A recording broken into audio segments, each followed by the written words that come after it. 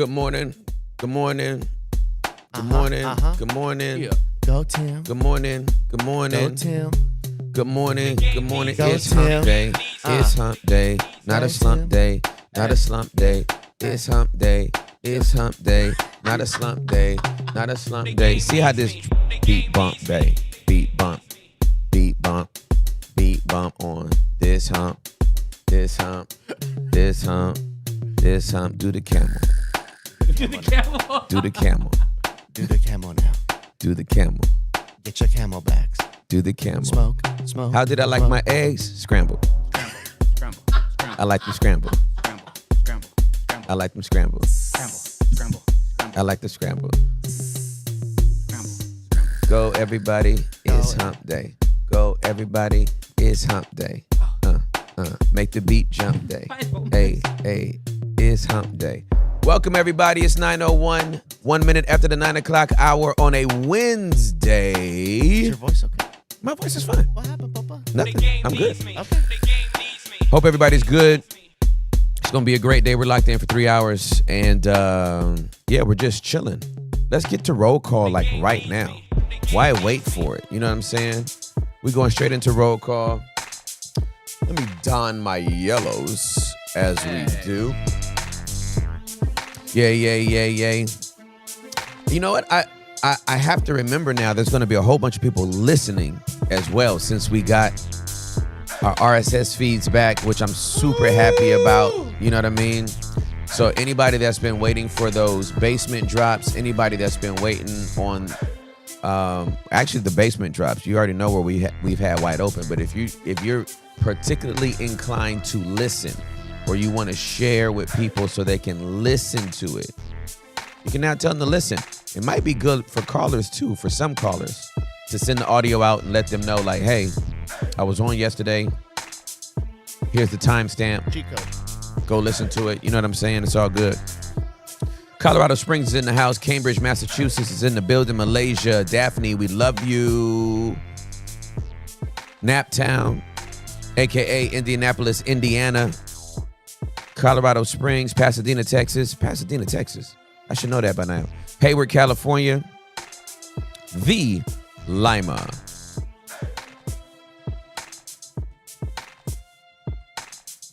Jerusha, that's Malaysia as well. Marana, Arizona. Bacabil, Yucaipa, Garland, Texas. Thornwell, Louisiana. Bloomington, Minnesota. Sacramento, California. Hey, Lynette, thank you so much. The thanks actually goes to Nelly. Nelly's my braider. But Juliet let me go, so thanks, Juliet. Uganda, thank you for typing in. Oh, wow. Wes is in somebody's front yard today. What's going on? He's off of Pool and Glade. He in somebody's front yard. Okay. Hollywood. Okay, Wes is in people's backyards and front yards. Monique, you know I love you. Inglewood in the building. You know what I'm saying? Edinburgh, Texas. Atlanta, Damon, Texas. Chesterfield, Virginia. Kansas City, St. Lucia. What's up? Antigua from my desk. Good morning. We love you. Wilmington, North Carolina. Montreal. I didn't know there was a Damon, Texas. Next to H-Town, but out in the country. Okay, Damon. Fairmont, West Virginia. Fairfield, Connecticut. Fargo, Arizona. Arkansas. Fargo, Arkansas. Population 98. Whoa. Y'all sharing the internet. Y'all gotta be. Huntsville, Alabama. Oh. I'ma be in Huntsville. Yeah. Hey, Stephen. Love it. I'm coming to Huntsville. I think in June. You can get your tickets now. Me and Jamie. Plattsburgh, New York. Highland Park, LA. You know what's up. Chi-Town, Overland Park, Texas. Culpeper, Virginia. Pembroke Pines, Florida. Philly. Boston in the lab. Buffalo, New York. Columbia, South Carolina, hugging my boys in the boot. Let's go. Baton Rouge. Come through with all your crews. See how we leave a bruise. Make people have to pick and choose. It's the beat of the week. You know how we do. We keep it out here in the streets. It's not for the weak. I am at my peak. Y'all know I do everything pretty sleek. It's not bleak. I'm not in Memphis. You get this. I can twist this. You know my lyrics are gifted. Never wrote up a spliff with anybody for the puff pass. I used to keep it like this before I did the DoorDash scramble. Y'all know how we came out to wrangle everybody when you do. I got these handles. I keep it real. Allen Iverson, AI, surprise. Y'all know this dude keeps it pretty real. We don't care how you feel. Offbeat, on beat, don't matter. Keep it like pancake batter. That just means the flow is thick. I tell stories like Slick Rick. Once upon a time in the hood, but God made it all good. Used to wear them bandanas, but now I play smooth like Tony Santana. We keep it real. In Dallas they wear grills, cherry wood, candy coated paint, screw tape. Yeah, man. I like this beat. This beat is nice. You can glide in and out on the beat like this. You know what I'm saying? Shout out to 461 people in the live chat right now.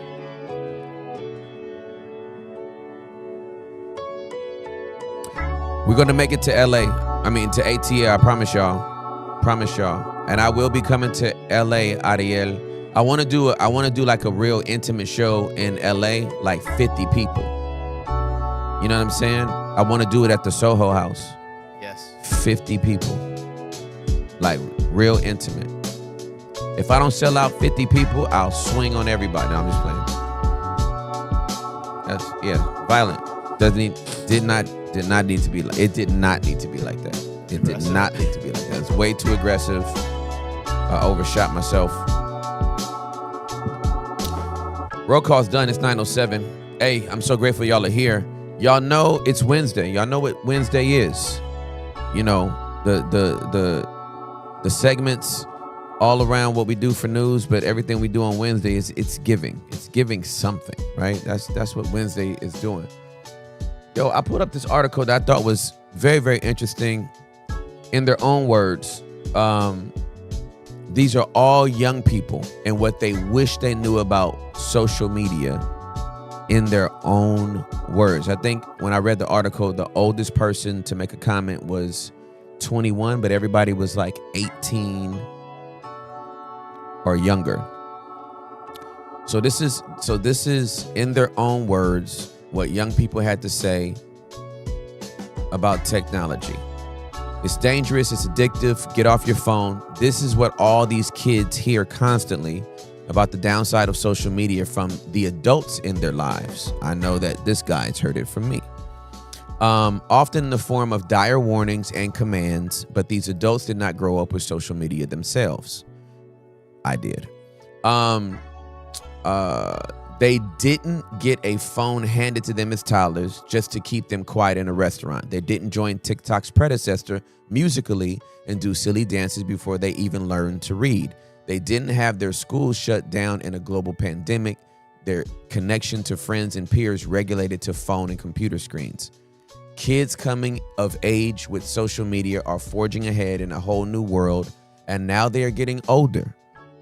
Now that they are getting older, they have some advice for their younger peers. Here's what they wish they knew when they first got online. You don't have to share everything. It seems so easy to look at your friends' stories and feel this feeling of FOMO, fear of missing out, for those that I don't know. Missing out and comparing yourself like, oh, my friend just got a new car. It's like this overwhelming sense of comparison. But the things that people post on social media, it's just a highlight reel. Like the 1% of their life that they want to showcase to other people. Bao Lee, 18, a freshman at Vanderbilt University. Can we shout out Bao? Oh. I'm loving that he could make that realization at 18 years old. All right, here's the next one. Don't take it too seriously. My main point of advice would be not to take it too seriously. Be yourself. I feel like what I was exposed to as a 12-year-old was much more limited than what is accessible to 12-year-olds nowadays. Younger kids want to be who they idolize. And when the TikTok stars or the social media stars are 20, 18, 16, they're going to want to be like them. You're getting younger kids that are now obsessing over products and brands, and it's just getting really hard to be young. Dang. And it shouldn't be really hard to be young. You should be enjoying childhood, and we shouldn't be rushing to grow up. It's okay to be 12. It's okay to be young. It's okay to enjoy childhood. Doreen Malata, 22, a senior at the University of Maryland. Let's give it up for Doreen. Come on now. I'd love to hear it. Here's what the next young person wished they knew, how addictive it was. It seems like it would be really easy to just put your phone down and stop scrolling, but it is not. If there was advice that I could give to my younger self, it would be to tell my parents to set up time limits for me. Even though I would have never said that when I was starting social media. Also, I personally would not let my kid have TikTok. I would try to resist it as long as I could. It's so addictive. Sienna Keene, 17, a high school senior from Orinda, California. I don't even want to move on. A 17-year-old is saying, I personally wouldn't let my kid have TikTok. I would try to resist it as long as I could. It's so addictive. That ain't a parent saying that. It's a 17-year-old saying that.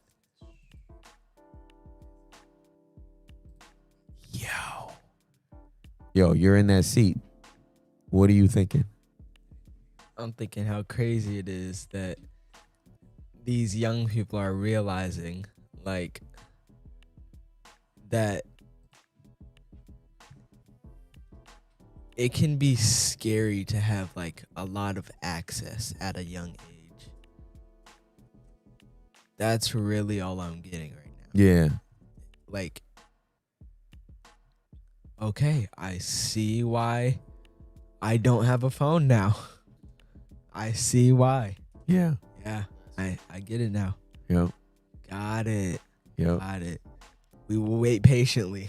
Yes. Not ready for that. Yeah, and this is a 14-year-old. This is my 14-year-old that is chilling with us right now. Wow. Noah, do you see a difference in yourself when you're around your friends who do have their phones? Like, do they naturally are always reaching for their pocket to do a phone scroll and you're just trying to hang? Like, what does that interaction look like? Yeah, it's like every 5 minutes. It's like we was at Chipotle for one of our friends' birthday, and he wanted to go in suits, and it was supposed to be a time where we were supposed to just hang out with him, and all of his other friends just kept reaching for their phones, and he was like, man, I gotta show you this funny video. And I was just eating, and I was like, man. And this was when Nathan still had his phone too, so he was doing it too, and I was like, okay, I'm gonna eat in this corner right here. If anybody needs me, I'm right here. Yeah. Yeah. So like y'all all dressed up, you went to Chipotle, and y'all was supposed to like vibe with each other. Yeah. And everybody was just doing it. Yeah. While eating. While eating. Wow. That's crazy sauce. That's crazy sauce. Right. Okay, so man, Sienna, man, shout out to Sienna. Unbelievable. All right, here's the next one. Take a social media detox.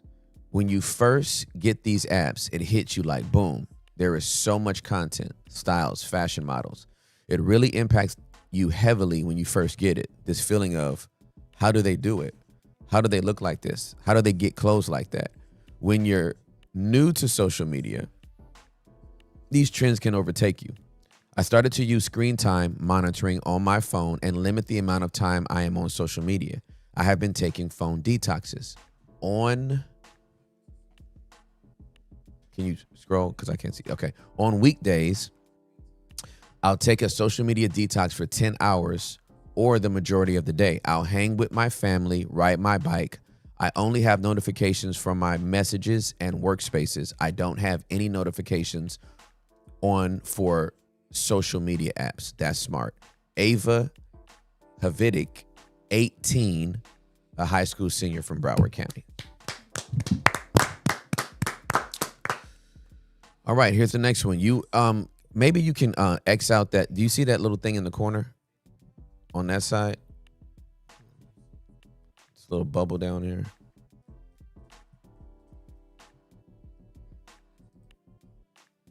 Ah. That was That's weird. how they get you. That's being super. And now they're I have the article right here. I'll pull it up.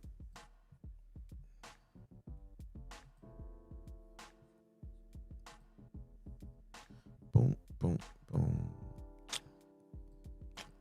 Okay. So we left off on Ava.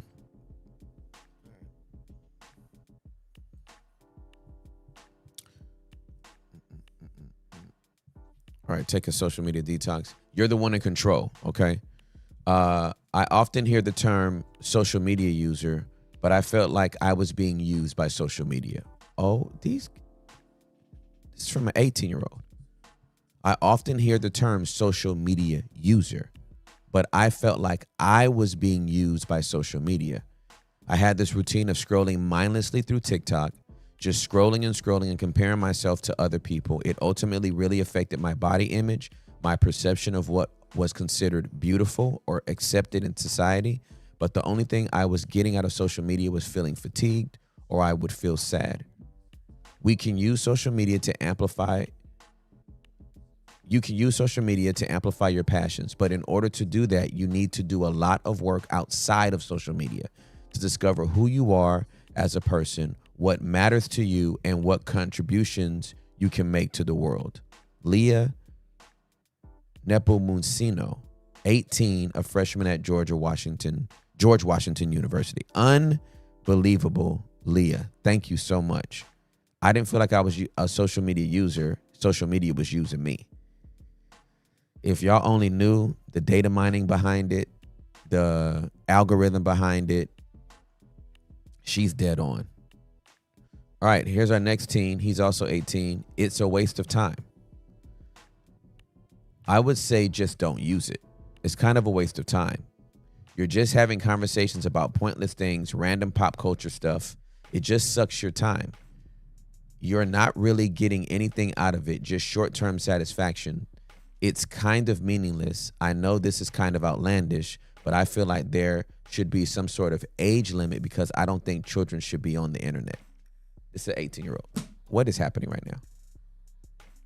I am so grateful I found this article. Are you kidding me right now? This is dope. Mikael Makkonen, 18, a freshman at American University. God bless these kids. Are we kidding us? This is amazing. The next one, a lot of it is not real. A lot of people make their life artificial so that they're perceived a certain way. Ooh.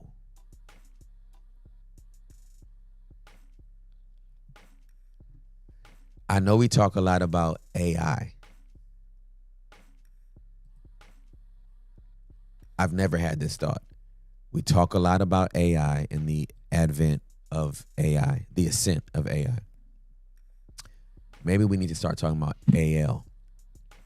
Artificial living. Artificial intelligence, artificial living, artificial lifestyle. AI is not the only thing that we need to be concerned about in our culture right now. AL. Are you leading an artificial life? Is your life just a curation of pictures and videos that makes you feel more important. Makes you feel validation. Makes you feel powerful. But the truth of the matter is you're scared. You're fake. You're lonely. Ayo. Interesting thought. I've never thought about it. A lot of people make their life artificial so that they can be perceived a certain way. And I think going into social media, I wish I knew it was a tool to learn from. There's so much information and you're able to learn so much about different things. I wish people had that outlook rather than the whole idea of other people viewing you and having to be seen a certain way. Noor Mahmood, 21, a junior at Virginia Commonwealth University. Thank you so much, Noor. The next one, it's okay. This is from an 18-year-old. It's okay to put up boundaries and block someone. You can't scroll on TikTok or look through Instagram without seeing supermodels who have edited their photos and are promoting unrealistic beauty standards. I don't want to see these girls who pretend to be fitness influencers but are just promoting an eating disorder like body checking on my feed. Dang. That is one thing I wish I knew when I started, that it is okay to not want to look at that or want to consume it. It's okay to protect yourself and your own body image. Another thing I wish I knew is that not everyone on social media is your friend.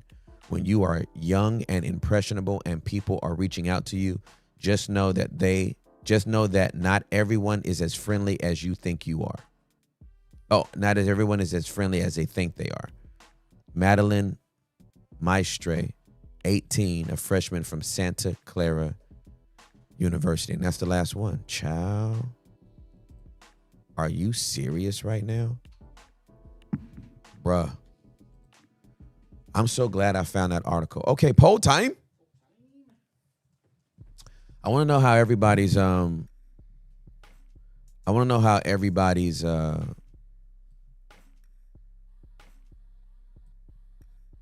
what's everybody's relationship to social media? That's the poll I want today. I want to know what everybody's relationship is to social media. How is everybody using this tool? Do you see it? You know what? First of all, let's get a poll on the article. If people heard what we were talking about. Agree, disagree, have another opinion. Obviously, to hear it from the generation that's actually grown up with it, used it in the way they're using it. I can say at 50 years old this year, yes, I grew up with social media as well, but I didn't interact with it in the same way. I haven't had a tablet since I was 2 years old. Haven't had an iPad in my hand. I haven't had, I didn't hook up with a girl because she sent me a DM or she sent me a snap, right? Like technology. That's not the way I interacted with technology. Yeah. To hear from teenagers ranging between 17 and 22 years old, this is how they grew up. This is their life. I just want to know how everybody's interacting with social. While the poll's going up, I have an interesting take on this. I have a 17-year-old daughter. For sure. So like we're like on the opposite boats. You have a 16-year-old and 14-year-old. I have a 17-year-old. Mm-hmm. And we have dialogue about social media often. Mm-hmm. And she does a lot of her communicating with her friends through social media. Like they don't text, they don't call, they interact through social media.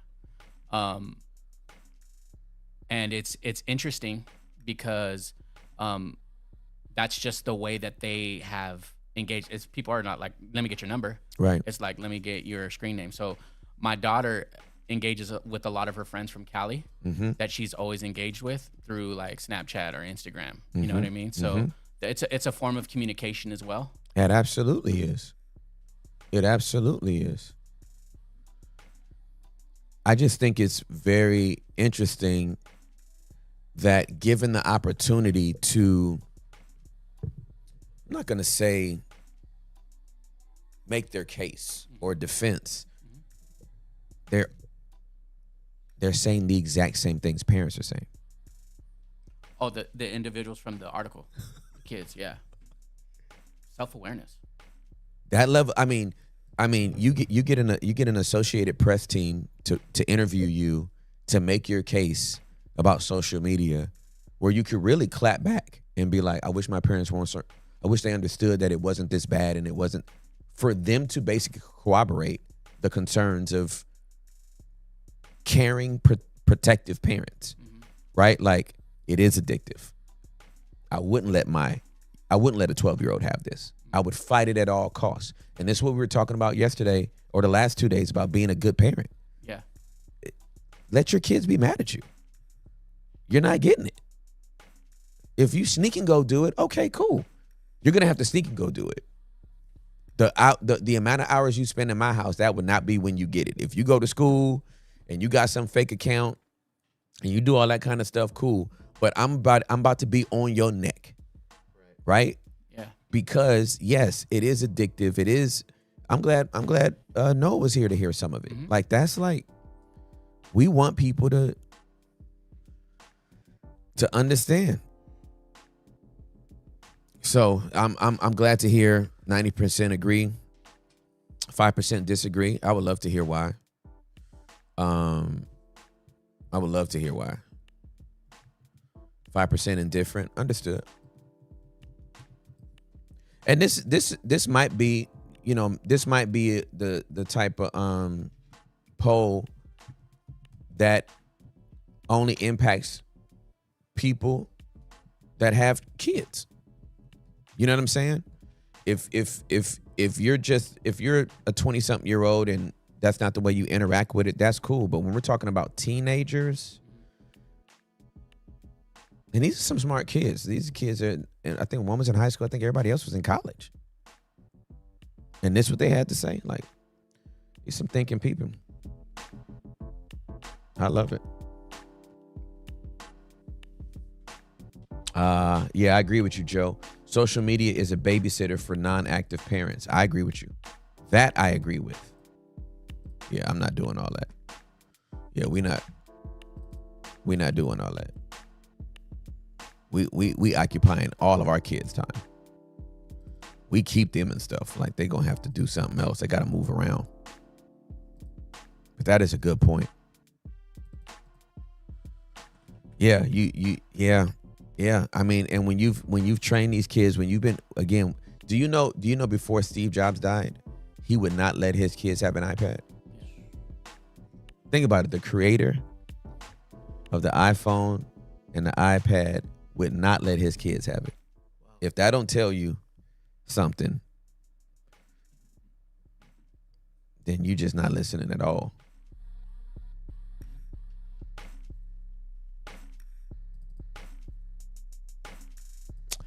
Oh, okay. This is Spinny Spin. It's ironic how when you're not on social media, you feel like you're missing out on stuff. When in reality, when you're on social media, you're missing out on real life. That is a great take. Carissa, I grew up with payphones and hopes and prayers. That is hilarious. I grew up with payphones and hopes and prayers. That is hilarious to me. Okay. World news. A U.S. pastor abducted in South Africa has been rescued after a police shootout. This was updated at 6:36 a.m.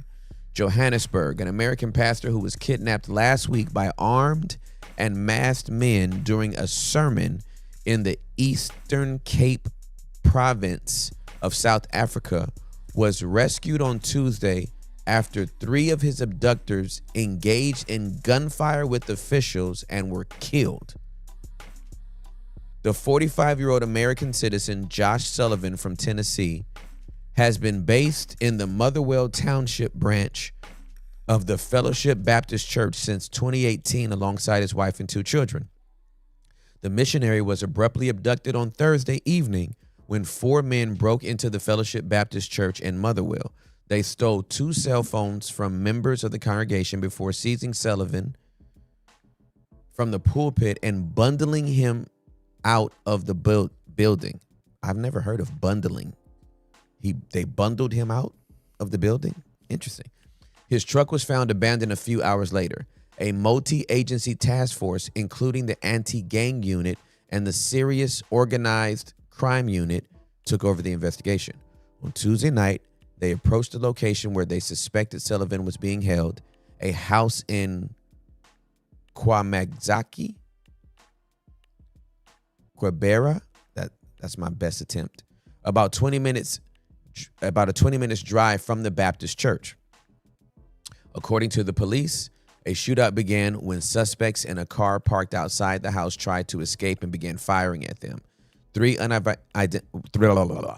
unidentified suspects were killed, police said. The victim was found inside the same vehicle from which the suspect had launched their attack. Dang. Miraculously unharmed, he was immediately assessed by medical personnel and is currently in excellent condition.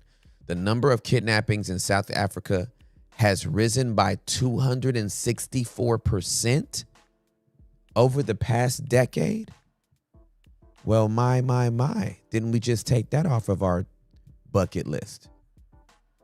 According to the Institution of Security Studies, a think tank specializing in Africa, kidnapping has become a key tactic in armed robberies and carjackings.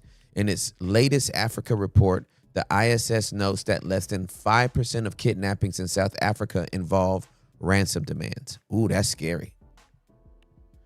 Since his release, Sullivan, who describes himself as a church planting missionary on his personal website, has been reunited with his wife Megan and their two children. A man named Tom Hatley, whom Sullivan described as his personal blog as his childhood and training pastor, posted a picture of Sullivan and his family on Facebook, explaining that he had received the go-ahead to let it be known Josh has been released. Thank you for your support and prayers. Please do not stop praying for the Sullivans. Also, please respect the Sullivans' privacy and their parents. A lot of folks love the Sullivans and they love you back, but give them some time. Okay. Wow. All right. So that's the whole article. It's giving Taken. Is it not? It's giving Liam Neeson. It's giving an Amazon Prime movie budget. It's giving Hallmark for the holidays. Right? Yeah. We're gonna get a B-rated actor to reenact this whole thing. It's giving Taken though. Right? You're a missionary in South Africa, you get snatched up, bundled up. Bundled up. You know what I'm saying? Very few people can say that they've been bundled. You know what I mean? I usually try to get my insurance bundled. But out here in South Africa, we bundling people. Bundle. They took 2 cell phones and a pastor.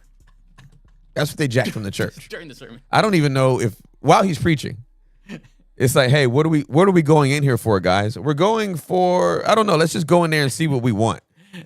And Diaries put it's giving Tubi. It's oh my gosh. That's good, Oh Ann. my God. Oh my God. Obviously, we're not laughing. We're thankful that this man has been reunited with his wife and his children. It had to be scary. It's give and taken. It is taking the church version, is it not? Yeah.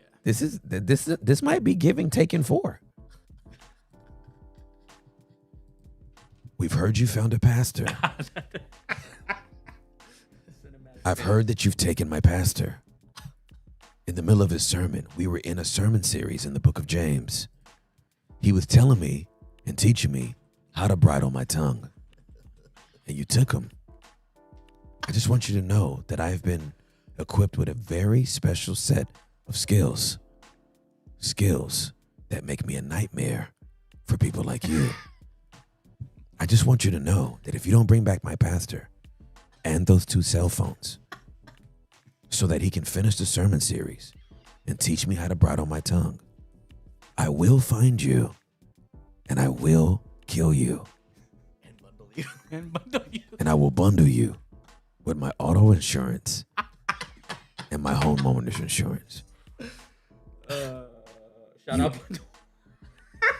You have 5 seconds to reply, and then we will find you, and we will kill you. They found him. But how did the police roll up on the house, and the dudes are just in a car chilling? Vibing. And they start firing from the car. Bro's in the back probably singing Blessed Assurance.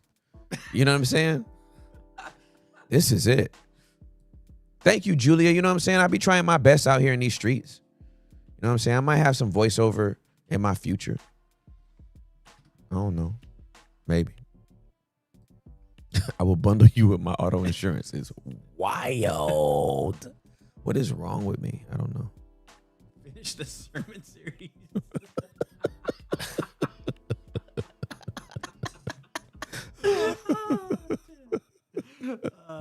Not TM Neeson. Hey, y'all are too witty for me, bro. I can't take y'all at all. But isn't that giving taken? Giving bundle. Yeah. This is yeah. He should have listened. I'm watching I'm watching that movie tonight. You took the word out of my mind. I mean, that was incredible. I'm watching that movie tonight. Still holds up. For the hood. For the I gotta watch that movie tonight. Oh, mamas. That's on Miles. Oh my. I'm watching that tonight. I don't care if I gotta watch it on my phone in my room while I'm falling asleep. I'm watching that movie tonight. Really good movie. It's so good, dude. Not Susanna. I thought that was Tim talking. I might be Tim Neeson out here. Tim Neeson, dude. That's great.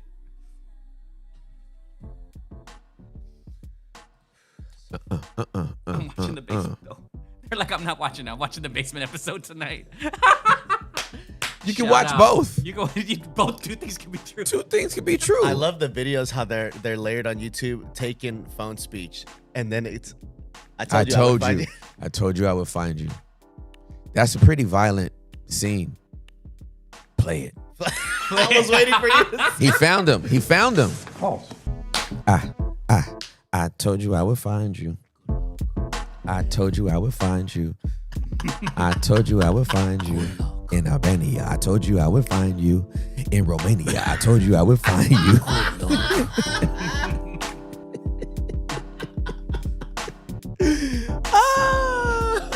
That's how petty I am. Everybody dead, I be walking in the hallways. I told you that I'd find you. I told you that I'd find you. Gun smoke everywhere. I told you that I'd find you. Blood spilling. I told you that I'd find you. I told you that I'd find you. I told you that I'd find you. I told you that I'd find. Yeah, that's me. I'ma get my daughter. I'ma get my daughter. I'ma get my daughter. We going out the front door. We going out the front door. Take it. We going out the front door. Take it. We going out the front door. We going out the front door. We going out the front door. We going out the front door.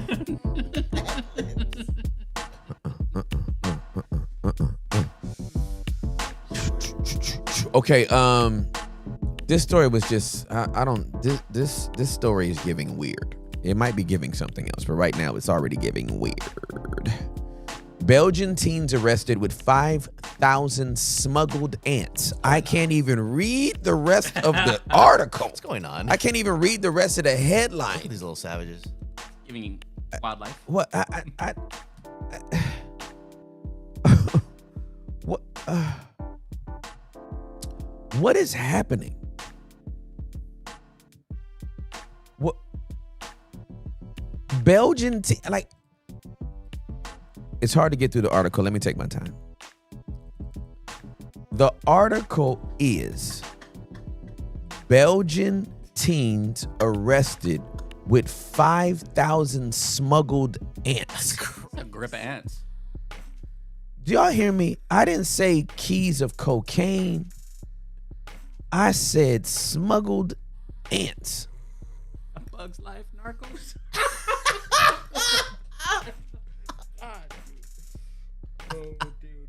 The chat is unhinged, bro. Kenya is warning of changing trafficking trends. Try to say that 10 times fast. Changing trafficking trends. That's a good enunciation, alliteration. Changing trafficking trends. Changing trafficking trends. Changing trafficking trends. Nairobi, Kenya. 2 Belgian teenagers were charged Tuesday with wildlife piracy. I didn't even know there was that type of pirates. R.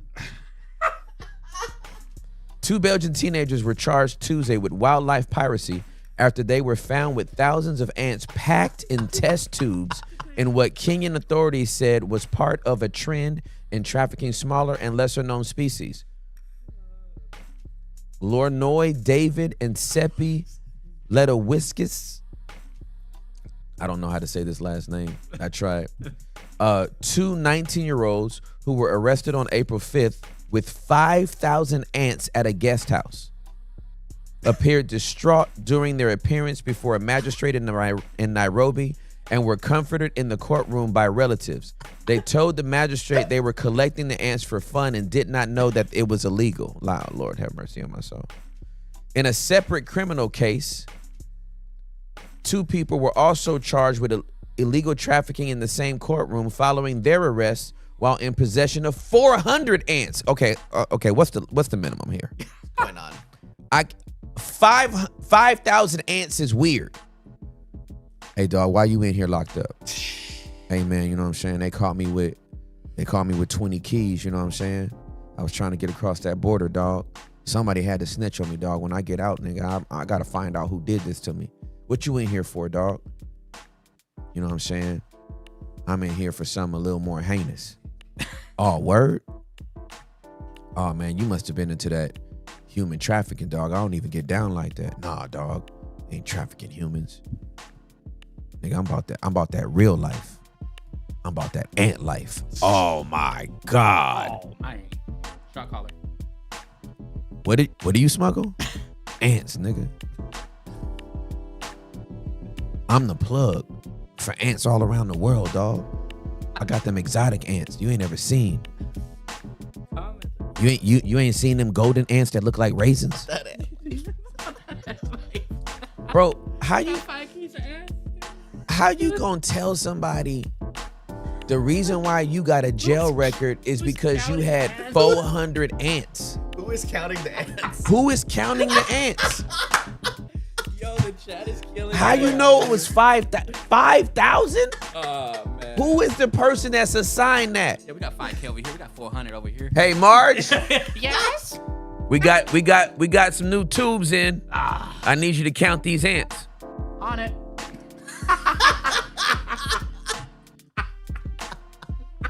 400 ants, dog. What are we talking about? The Kenyan Wildlife Service said that the 4 men were involved in trafficking the ants to markets in Europe and Asia, and that the species included cephalotes, a distinctive large and red-colored harvester ant native to East Africa. The illegal export of the ants not only undermines Kenyan sovereign rights over its biodiversity, but also deprives local communities and research institutions of potential ecological and economic benefits, man. Kenya has in the past fought against the trafficking of body parts of larger species of wild animals such as elephants, rhinos, and pangolins, among others. But the cases against the 4 men represent a shift in trafficking trends. From iconic large mammals to lesser known yet ecologically critical species. Wait a minute, man. You was smuggling elephant hearts. And what was this other stuff? Elephant and rhinos body parts. And then you like, oh, they're onto us. I know what we can start smuggling. You see that anthill over there? Hey, dude, what is happening? This is crazy sauce. 5,000 ants were found in a guest house where they were staying and were packed in 2,244 test tubes that had been filled with cotton wool to enable the ants to survive for months. The ants were valued at $7,700.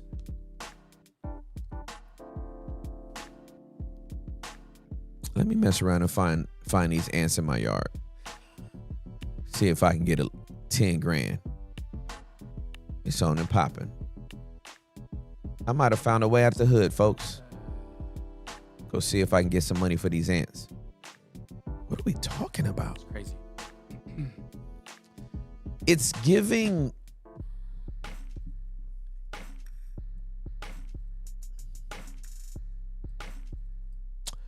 You know, criminals have to work 2 and 3 times harder than a person that just tries to go get like a regular job. And so it's giving lazy that you would rather smuggle ants than go like try to find something to do that's legal. Ants? Listen, I understand what the crack epidemic did to the hood. But don't tell me that you ain't got, you know what I'm saying? All my life I had to slang these ants. Like, don't tell me that. Don't get out here talking about you got a testimony like, you know what I'm saying? I really, you know, in my previous life, before I gave my life to the Lord, you know, I used to slang ants. And, you know, it was dangerous work. I had the feds on my neck, but, you know, I got them ants across the border. And there was nothing like that feeling of being able to pass those ants off, get that bread, you know, keep on moving with my ants, bro. Ants ain't it. European activities.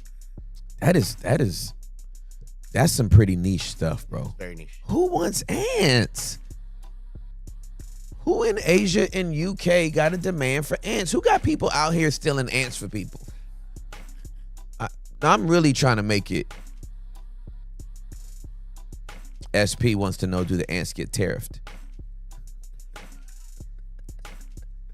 Oh my goodness. They will start cloning the ants. Chat's so good. The chat is good. All my life, bugging all my life. Oh my gosh. All my life, bugging all my life. All my life, bugging all my life. All my life, bugging all my life. Whoa. With my wife, I be bugging with my life. Right. Sometimes the ants bite, but all my life, I be bugging on my life. I be out here with these ants. Out here with these ants.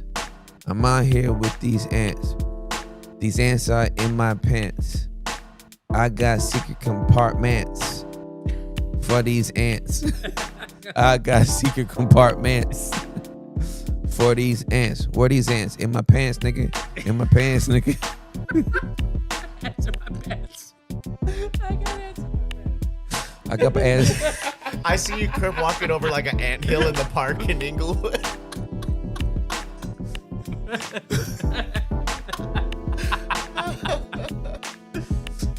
Where these ants, nigga?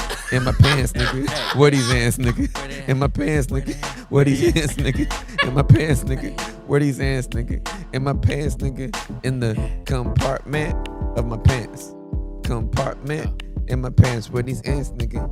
They in my pants. I got ants in my pants and I want to dance. I got ants in my pants and I want to dance. I got ants in my pants and I want to dance. I got ants in my pants and I want to dance. Please give me a second chance. I got ants in my pants and I want to dance. I got ants in my pants and I want to dance. I want ants in my pants and I want to dance. Unbelievable, bro. So good. Oh gosh, How's the dude. 20-minute segment? Oh, dude. It's giving Oh, comedy. ants. I can't even do it, bro. Lord have mercy on my soul. Compartments. It's too much. I got ants in my pants. That's terrible.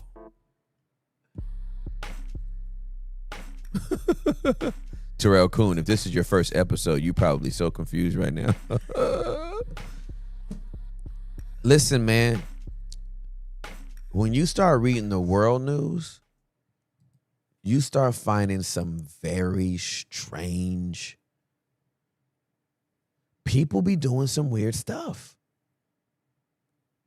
We talked about the IVF the other day, switching embryos and putting them in different wombs, and folks don't know whose baby they having. And you got people, there's like somewhere in the world, I just want you to think about this. While you going throughout your life today, doing the best you can to make it as a good person, believer in God, whatever you trying to do today, right? Somebody trying to get some ants across the border.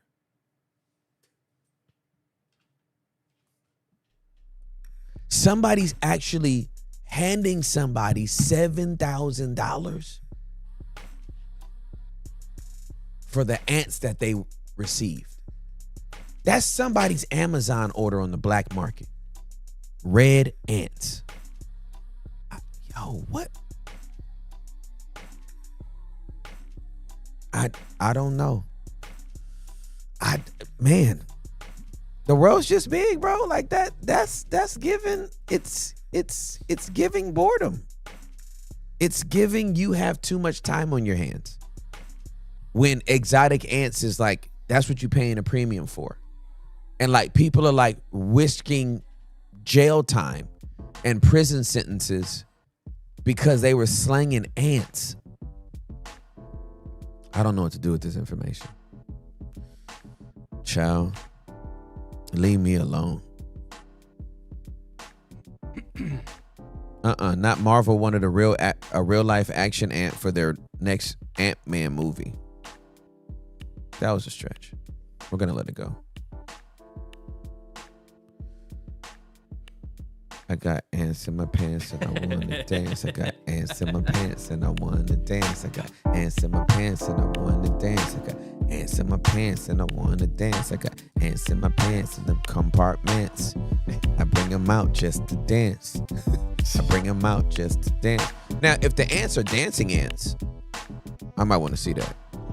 You know what I'm saying? I pay $100 to see some ants dance. Exotic. Some exotic ants dance. I don't want to, you know what I mean? As long as they keep their antennas on. Is it too much? Okay, I need to stop. That's good. Who's stealing ants? I've never seen this movie. You never saw Ants? I never seen it. It's good. 1998, I think I watched it. I think I watched it.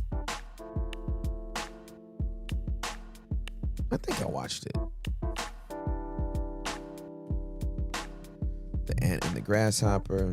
I don't know. Whatever, man. Whatever. Anyway, it's giving boredom, y'all. It really is. If you are taking ants, and it's too much.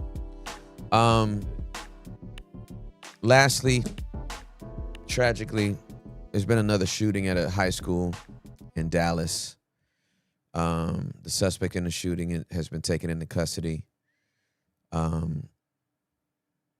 suspect in a shooting at a Dallas high school that wounded 4 students and drew a heavy police response to the campus has been taken into custody. School district officials announced Tuesday night 3 of the students were injured by gunfire and the 4th was injured in the lower body, according to the Dallas Fire Rescue Department. Okay, hold on. 3 of the students were injured by gunfire and the 4th was injured in their lower body. By gunfire? What does that mean? Like, you know what I'm saying? Like, they're even more vague later in the article, you'll see. The department said units were dispatched to Wilmer Hutchins High School just after 1 p.m.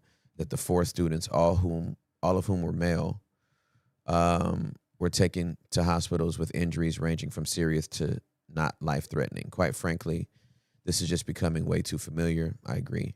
And it should not be familiar. The school district said in a statement Tuesday night that a suspect was apprehended within hours of the shooting, but didn't provide details about the person or say whether they had been arrested.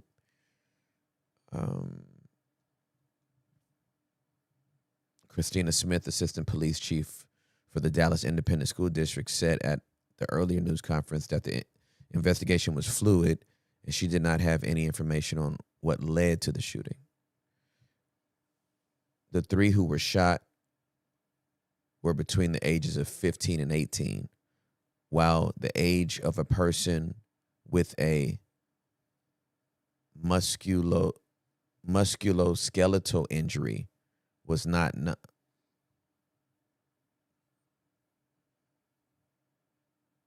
Mm-mm. Telling you, dude. What is this? What is a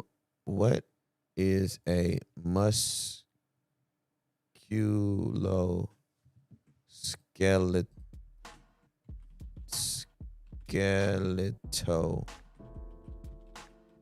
injury?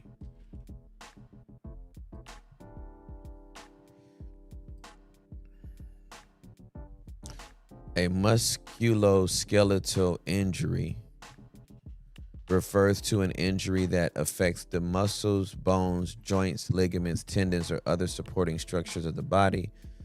These injuries can happen suddenly or over time, and they are often a result of trauma or accidents, a fall or a crash, overuse or repetitive strain, poor posture, aging, or wear and tear. Okay, so it sounds like 3 people were shot and another person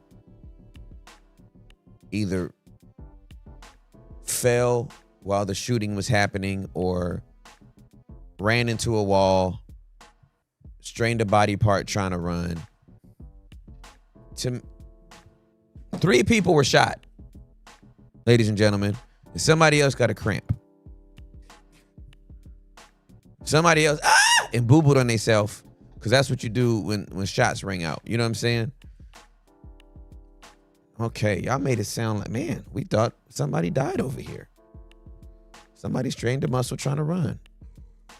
They back locked up. They froze. They was paralyzed. We get it. Shook ones. Ain't no such thing as halfway crooks. So,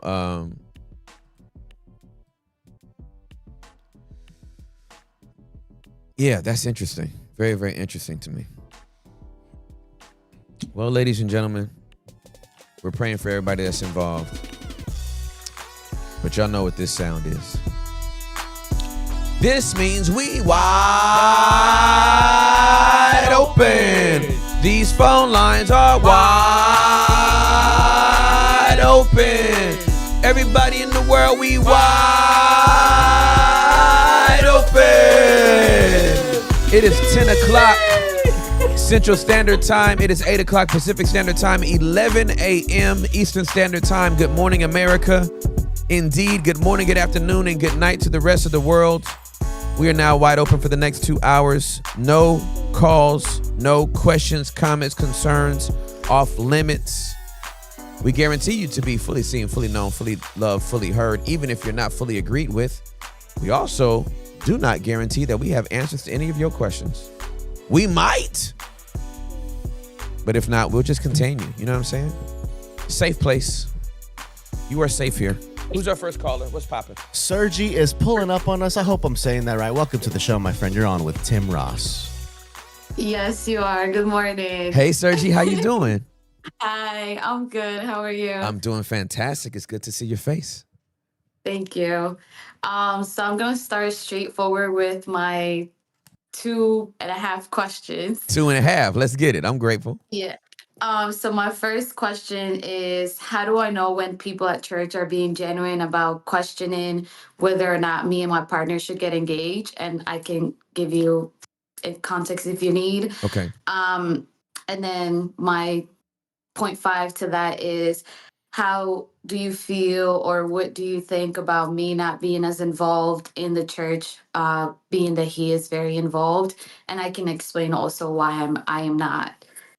And that's like, I think those two go together. And then the other one is, how do we know when it's time to let go of our job, or when it's time for us to continue to endure all the things that are happening? Because it's crazy for both of us, Okay. even though we do two completely different things. Okay.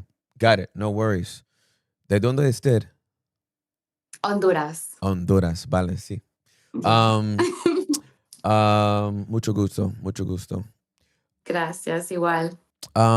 Okay, so let's start with let's just combine the first and second questions because they're related, right? Yeah. Give me some context to those two. So me and my partner are going to be together for 3 years this July 20th. And we met at a B group from Transformation Church. Okay. And we got to know each other 6 months without ever seeing each other in person and talking outside of the group, just in the group setting. And after the group leader was gonna end the group, and then I was like, but I think that's my husband. And so I talked to her, and then she spoke to him and asked him if he was interested in someone. And he was like, well, I like Sergi, but I think Sergi has a boyfriend. And she was like, no, she doesn't. Get her Instagram and text her. Right, right. And we started talking. And then 2 months after, we made it official, boyfriend and girlfriend. And we've been together since then. So we kind of like met in the church. Okay. And the difference is that obviously I'm not from here. I moved to the United States 10 years ago. He was born and raised here. And both he was also born and raised in the church. Both of his parents are leaders at a church, and I was not. So I did go to Christian school from 5th grade to high school in Honduras, but it was like a class. Like Yeah. the whole thing was Christian, but they don't teach you how to leave out the Bible, Right, right? right. Like we just memorizing all these verses, taking tests on the verses and Right. stuff like that. Yep. But I never realized how to use it for my day to day. And then when I moved here to the States, my dad is not Christian or nobody goes to church. So I was not doing anything for 6 years until I found TC, I found you, and then here we are. So now we join a church in person. We've been there for 2 years, and people got to know him because he goes to the men's group and blah blah blah. And he has been given opportunities to preach, to talk. He teaches a class, etc. So he's very involved, and now he has told people that we are going to get engaged this summer, and now some people has come up and be like, oh, are you sure you want to be with her? Like, are you sure this is the one? And it makes me feel a type of way because I don't think they know us deep, or they don't know how we met and what our foundation is for our relationship. And I'm not involved in the church because I am a volleyball coach, I am a high school teacher. And with that comes a lot of responsibilities. So, sure. and I'm taking my master's program too. So I go to classes on Sundays. So I don't even go to church Yeah. when I have class. So For sure. Yeah. so people don't see me at church. People see me here and there, and they're always like, "Oh, you're back," and I'm like, "Yeah." Like I watch it online, like. So that's why I'm not involved. Yeah. And like we spoke about it. He thinks it's okay, but people always have something to say, and it's kind of like, ugh. For sure. Okay. I appreciate you giving me the context. All these jokers need to mind their business. They need to mind their business. And you and your fiance need to ensure that as long as you all are in agreement and on the same page about where you are in this season of your life, everybody else can kick rocks, Okay. including his parents. I'm not saying his parents are implying anything. I'm not saying his parents are shading or anything. All I'm saying is everybody else needs to mind their business. They don't need to know everything you're doing. Peter was Jesus's disciple, and he became a very pivotal part of the apostolic foundation in the book of Acts. Peter was married in the Gospels, and later on in Paul's writings, Peter's wife is implied in those scriptures as well. We know Peter was married because Jesus healed Peter's mother-in-law. We know Peter was married at the time of Paul's writings because Paul says, don't we have the opportunity to marry like Peter and some of the other apostles, right? Do we know Peter's wife's name? No. We don't know her name. That doesn't mean she wasn't important. That doesn't mean they didn't have a great relationship. That doesn't mean she was any less a follower of Jesus. It just meant not everything is our business. Okay. Right?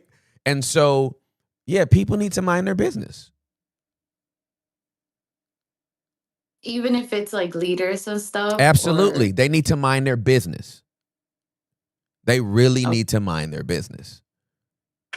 Because you being present does not imply that y'all are in agreement.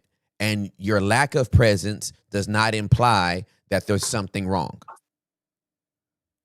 May I remind everybody how many church leaders are falling and they've been sitting right next to their wife every single weekend at church. And their wife's been over the women's ministry. And this joker is the leader of the church. And their marriage still didn't make it. So let's not imply that two people being in the same space at the same time means that that's solidarity. It's not.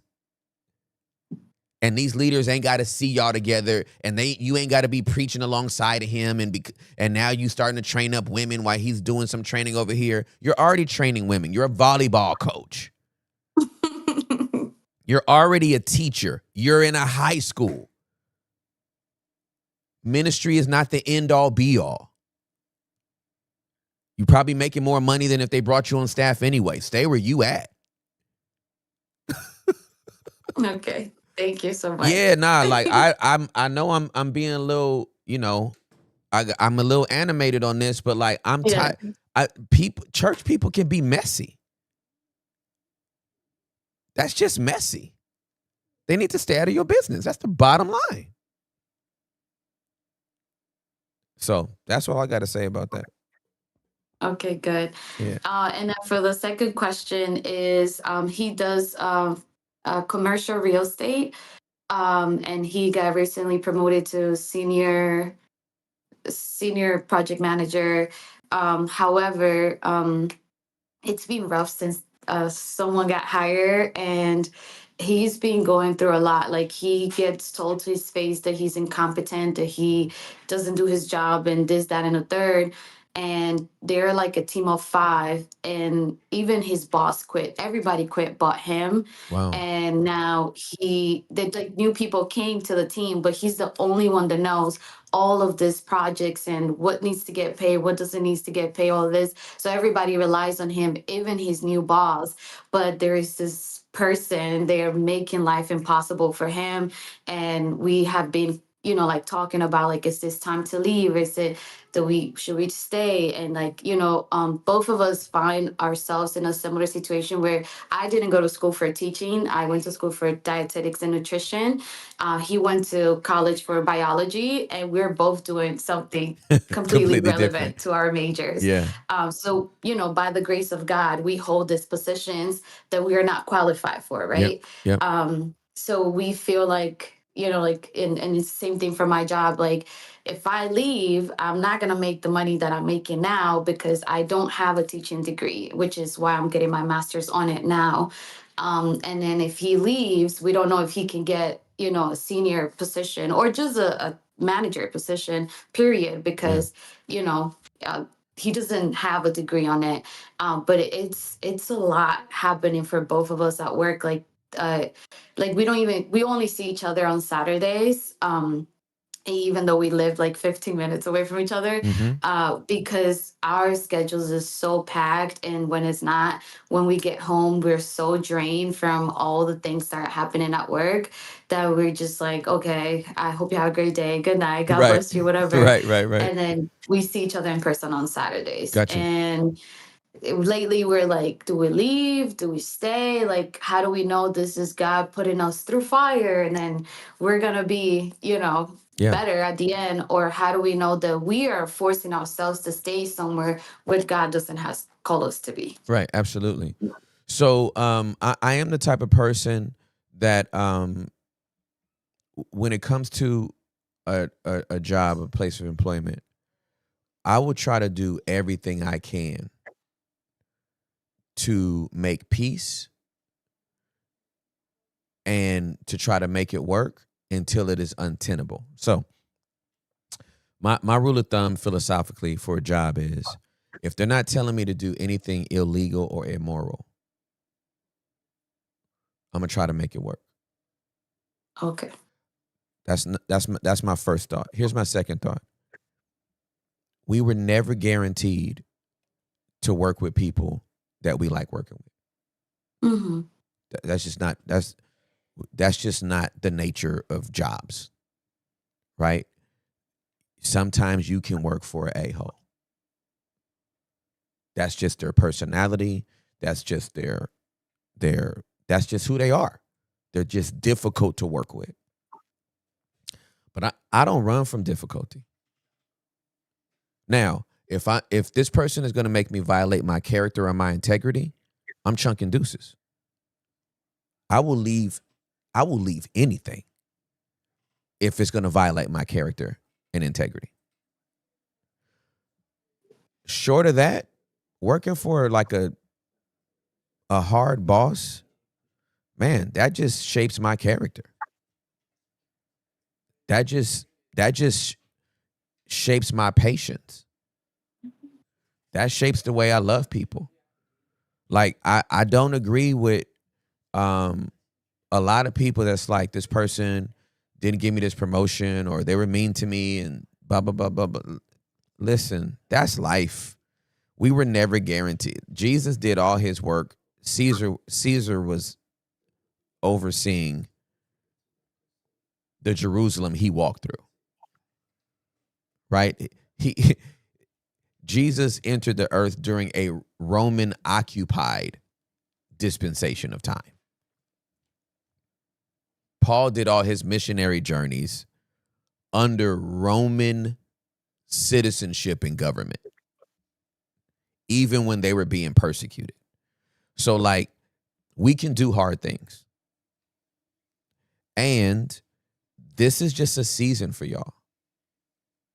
This is not the rest of your life. It's a season, Yeah. right?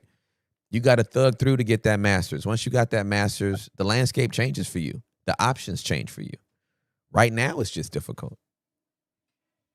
And so I always tell, y'all are not my kids, my disclaimer. I always tell my kids, don't go around the hard things, go straight through them. Just go straight through it. Let it be hard. I mean, the work schedule as it is presently constituted only allows you to see him on Saturdays. Like if that doesn't strengthen your relationship, nothing will. Right? This is fortifying that y'all are really for each other if you only get to see each other once a week and you live 15 minutes away. Yeah. Walking distance too. It's not even Walking driving. distance. You can skip over to the house. Right? But we too Like, tired. to get to my house, I have to walk in front of his. Yeah, that's right. So like that to me is like a beautiful, that's like a beautiful thread in your story. And once you get through this season, you get to go into the next season where you have options. And like you worked hard for them. So I commend him for staying while everybody else left, especially because here's the thing, even though that dude's like a jerk, he knows he needs your guy. Yeah. He knows he needs him. Right? And it has been said, especially in work environments, it is better to be needed than wanted. Because if somebody wants you, they cannot want you. But when somebody needs you, they cannot want you and still have to keep you because they need you. Yeah. Okay? Pharaoh needed Joseph. He was a Hebrew, which means everybody in his family was despised. His entire ethnicity was despised, except the fact that Pharaoh needed him. And sometimes that's where favor comes from. Sometimes favors comes from pharaohs. I really appreciate you because he really needs encouragement right now because it's a lot. Like he gets treated so bad. Like they gave him an office for the first time in the almost 6 years he's been there. And 2 days later, because of that one person, they took him out of his office. And back to the cubicle, and it's just like, what are you doing? Exactly. um, Petty. but truly, truly appreciate it. Honestly, like I've been, like I'm a spring break now, so I was texting Derek like this is the only time I can do it because otherwise I can only watch it once it's over. So thank you for your time. I love you guys. I love everything that you guys do, and you guys have changed and saved my life. And yeah, thank you so much. Gracias. Te aprecio mucho. Igual. Bendiciones. Gracias. Ciao, ciao, Pascal. Bye. It's a good day. It's a really good day. It's a really good day. It's a really good day when we can just press play, tell the whole world, hey, we wide open. We wide open. Who's our next caller? We got an anonymous pulling up, but I'm going to turn their camera on so y'all could vibe out together. Not a problem. Hello, my friend. You are on with Tim Ross. Welcome to the show. How you doing? Hi, I'm doing well. It's good to see you. How's everything going today? it's okay. It's going good. Good. I guess my question kind of piggybacks on what she just asked about. You were saying, like we could do hard things, and my question was, I'm in the field of architecture, and it's not a lot of Black women and women. It's getting to be more women, but still not a lot of Black women. And I've been doing it for like 20 plus years. I'm in my 40s, but it's still, Your for face don't some say reason, that. I can't get over how it intimidates me and overwhelms me. Mm. And some of my colleagues say, well, it's because you care so much and you're really detail oriented. But I have a hard time. It's a hard career, you said do hard things. And I feel like guys call me to do it. But how do you do hard things but also take care of yourself? Because I've been having issues with, I get overwhelmed and stressed. Like the other day I had a deadline, so I was just so worked up, overwhelmed, staying up super late, you know, started eating bad because I was eating healthy, but then I started eating bad and all these things, just to meet the deadline. And I want to make sure I did a good job. And it's like, okay, at what point do you do a hard thing that you feel like God called you to do?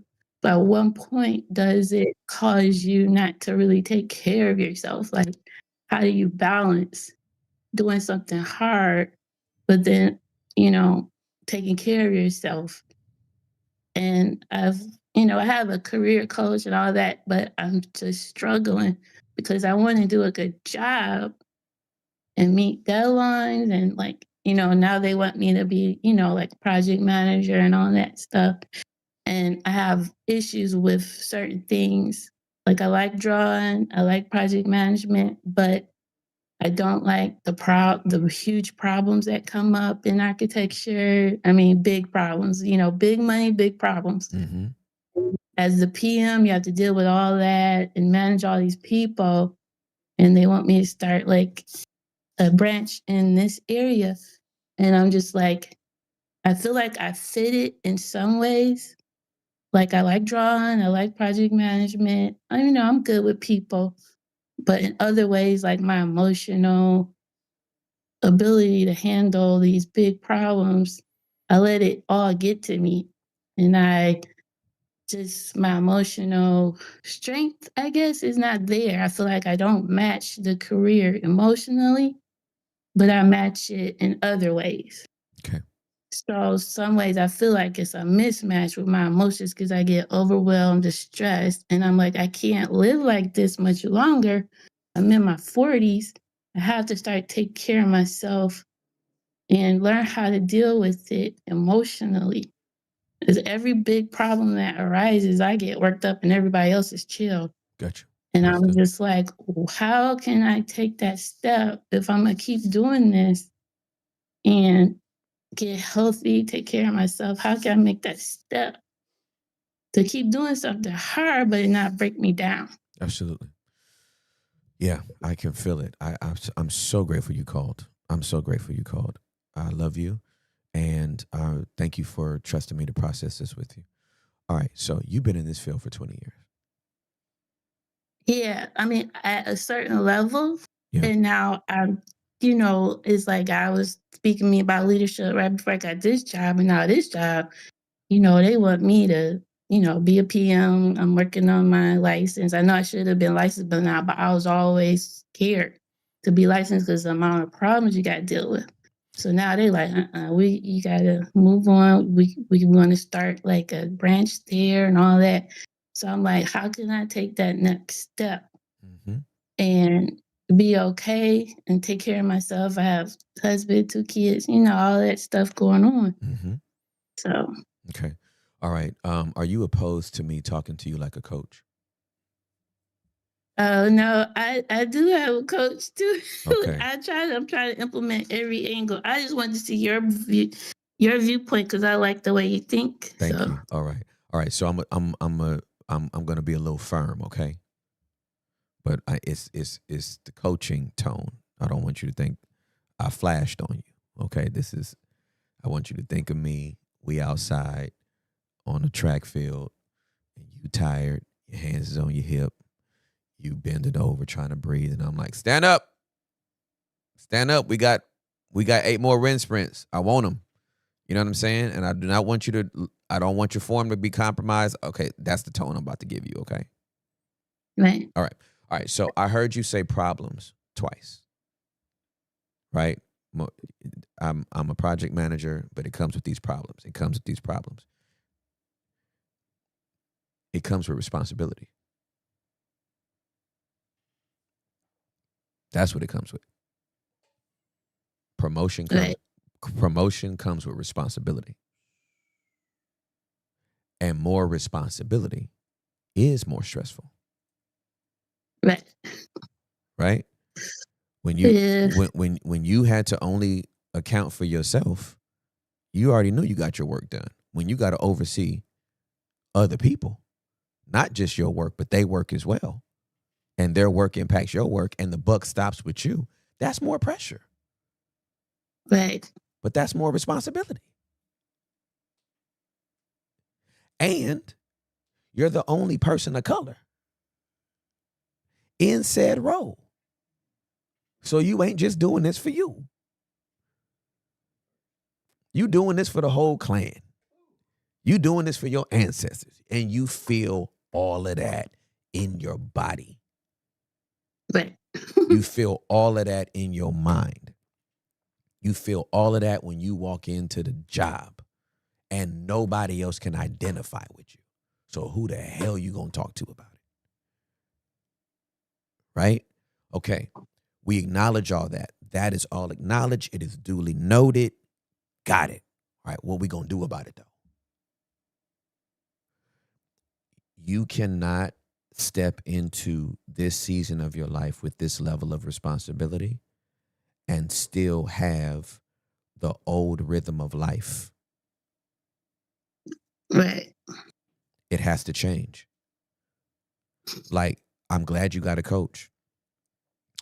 If that coach also is addressing mental health, fantastic.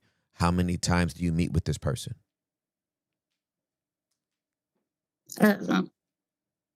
Currently, like once a week, but I have to decide how if I want to keep going and all that.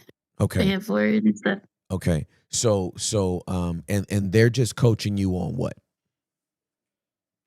It's supposed to be career, but then it leads to all the other stuff I got going on. So Okay. I would do you find them beneficial? Let me ask that question. yeah, it's helpful. Yeah. It's helpful. Would it be more helpful to have a therapist? Yeah, I've had therapists in the past, but I didn't feel like this coach is more helpful than the other therapists I've Okay. been. Okay, that's great. Okay, then what I would the next time you meet with this coach, I would ask that coach, I need you to help me. That my biggest issue is my mental health. I know how to do this work. My biggest need is how do I balance my work with the other parts of my life. All right, so I got to tell you about this game that I was playing. I played it a couple of weeks ago, online on one of our shows. But I played this game called Ghost of Tsushima. Okay, this game is very brutal. It's very sad. It's a depressing game.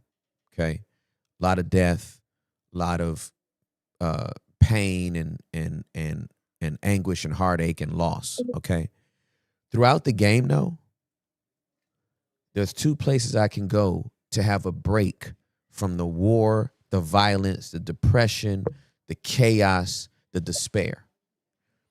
I can go to these beautiful scenic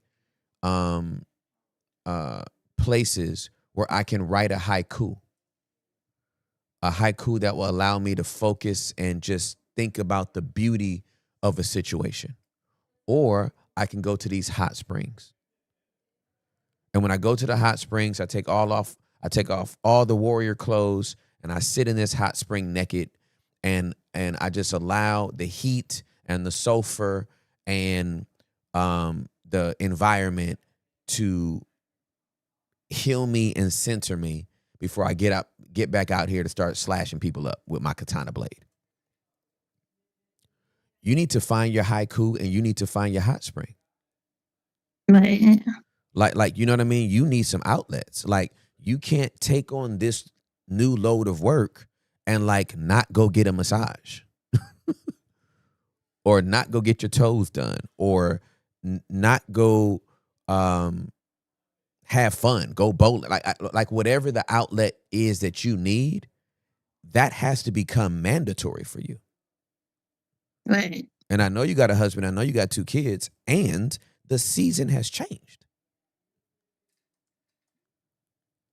And that has to be an announcement you make, because life will not give you anything. Not only will life not give you anything, your job won't. Right. Your job gives you vacation days, correct? Do they tell you? Do they tell you when to take them? Mm-mm. If you got to the whole end of the year, would they be like, "Oh my goodness, girl, you haven't taken your vacation days. What are you doing?" Right. You got to take that. So don't wait for it to happen. Take it. Right. Yeah. Take your Sabbath day. Take your hair day. How old are your kids? 5 and 9. Oh, they'll be all right. Take your hair day. Tell your husband, I will be back. Right. But you got to have that. Right. Yeah.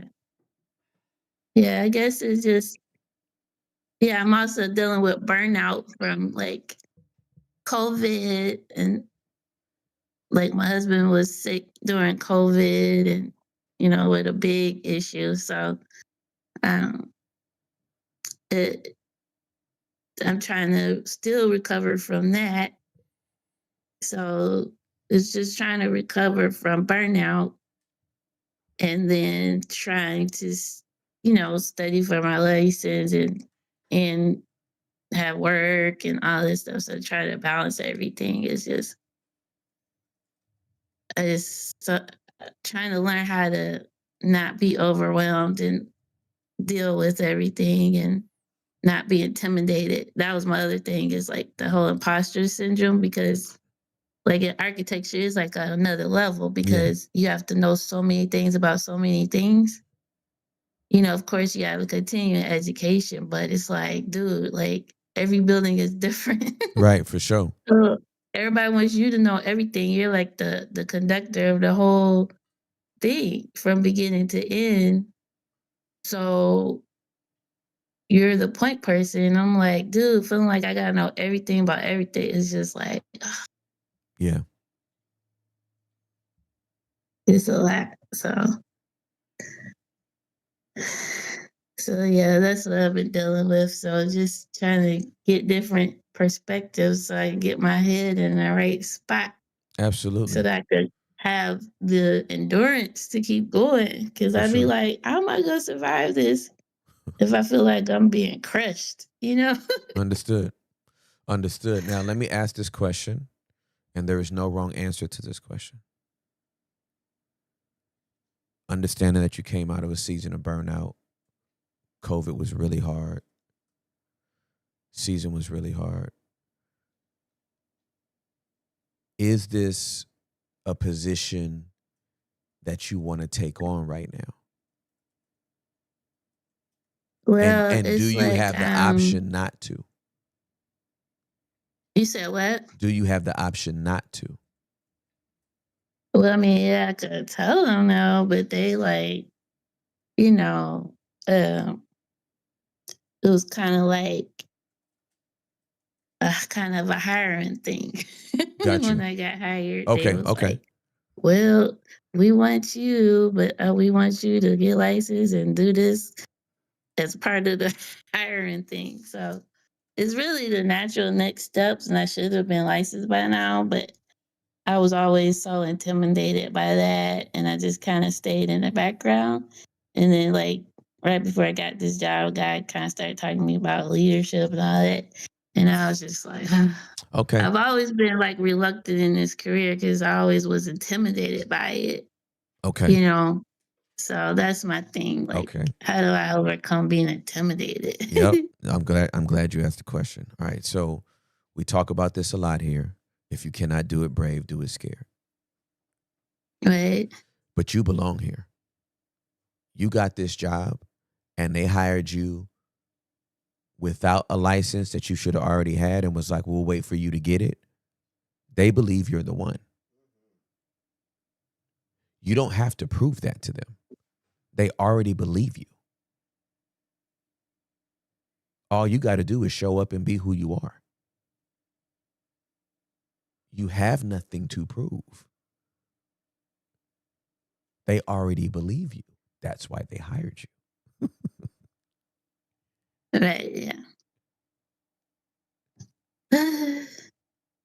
So what is it? What is it? What don't you believe about yourself? I guess I keep seeing myself as this little black girl. And Okay. I'm like in my 40s. It's like, why do I keep seeing myself like that? How can I see myself like where I'm at now? You Okay. know, why do I keep seeing myself smaller? Well, it's good. This is a good place to be curious. So let me ask this question. When you see the little black girl, who do you see? Just, I guess, intimidated by just the world around me, I guess. I mean, I always dream big. Like, I had this big vision board when I was in college. I was going do all this and a lot of stuff, like including what they're trying to do with my job was like, wow, that's something that I dreamt about, but then I didn't know how hard it was. This career back then, you know, when I was in school. I mean, school was hard, but I didn't know.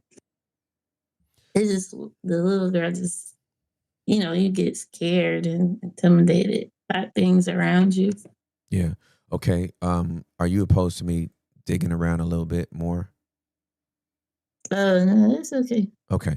All right. And I want to focus on the little girl, okay? I don't want you to jump to the college student. I want to focus on the little girl. She was intimidated of the world around her. Who or what intimidated her? Uh, I guess feeling, sometimes you feel like I guess I was a little bit overweight growing up, so that was an issue, and feeling like kind of out of place everywhere, Mm-hmm. in school and different places. Like I went to a ballet school. I loved ballet. I was really good at it, but I was overweight, Mm-hmm. and it was a mostly, it was, wasn't a black ballet school. Mm-hmm. So just kind of, I grew up in a school that was mostly black, but like different scenarios, like made me feel, sometimes they make you feel less than. Mm-hmm. Like in college, I'd be walking around at the architecture school, and this one guy looked at me. He wasn't even in my class. He was like, "Some people don't belong here." I didn't have any friends, like, in the architecture school, and just always feeling like you didn't belong and like you weren't good enough for it. Mm-hmm. Especially in my 20s, it was rough, Mm-hmm. trying to get jobs and stuff. Just, there was so much competition, and I had to really climb the ladder the hard way. Yeah. And so it's just always feeling like you didn't belong, you weren't good enough. And then when you finally build up enough experience that you still have those feelings. Absolutely. Absolutely. You have no idea how happy I am to know that you know that that is a part of your narrative. Like that's so important for you to know. And the beautiful part of your story now is that you get to write a new chapter that does not include that narrative. You applied for a job. You got hired as a project manager. And they've given you the responsibility to lead a team. It is a flashing neon sign that you belong here. Yeah, I mean, that's the first time I felt that.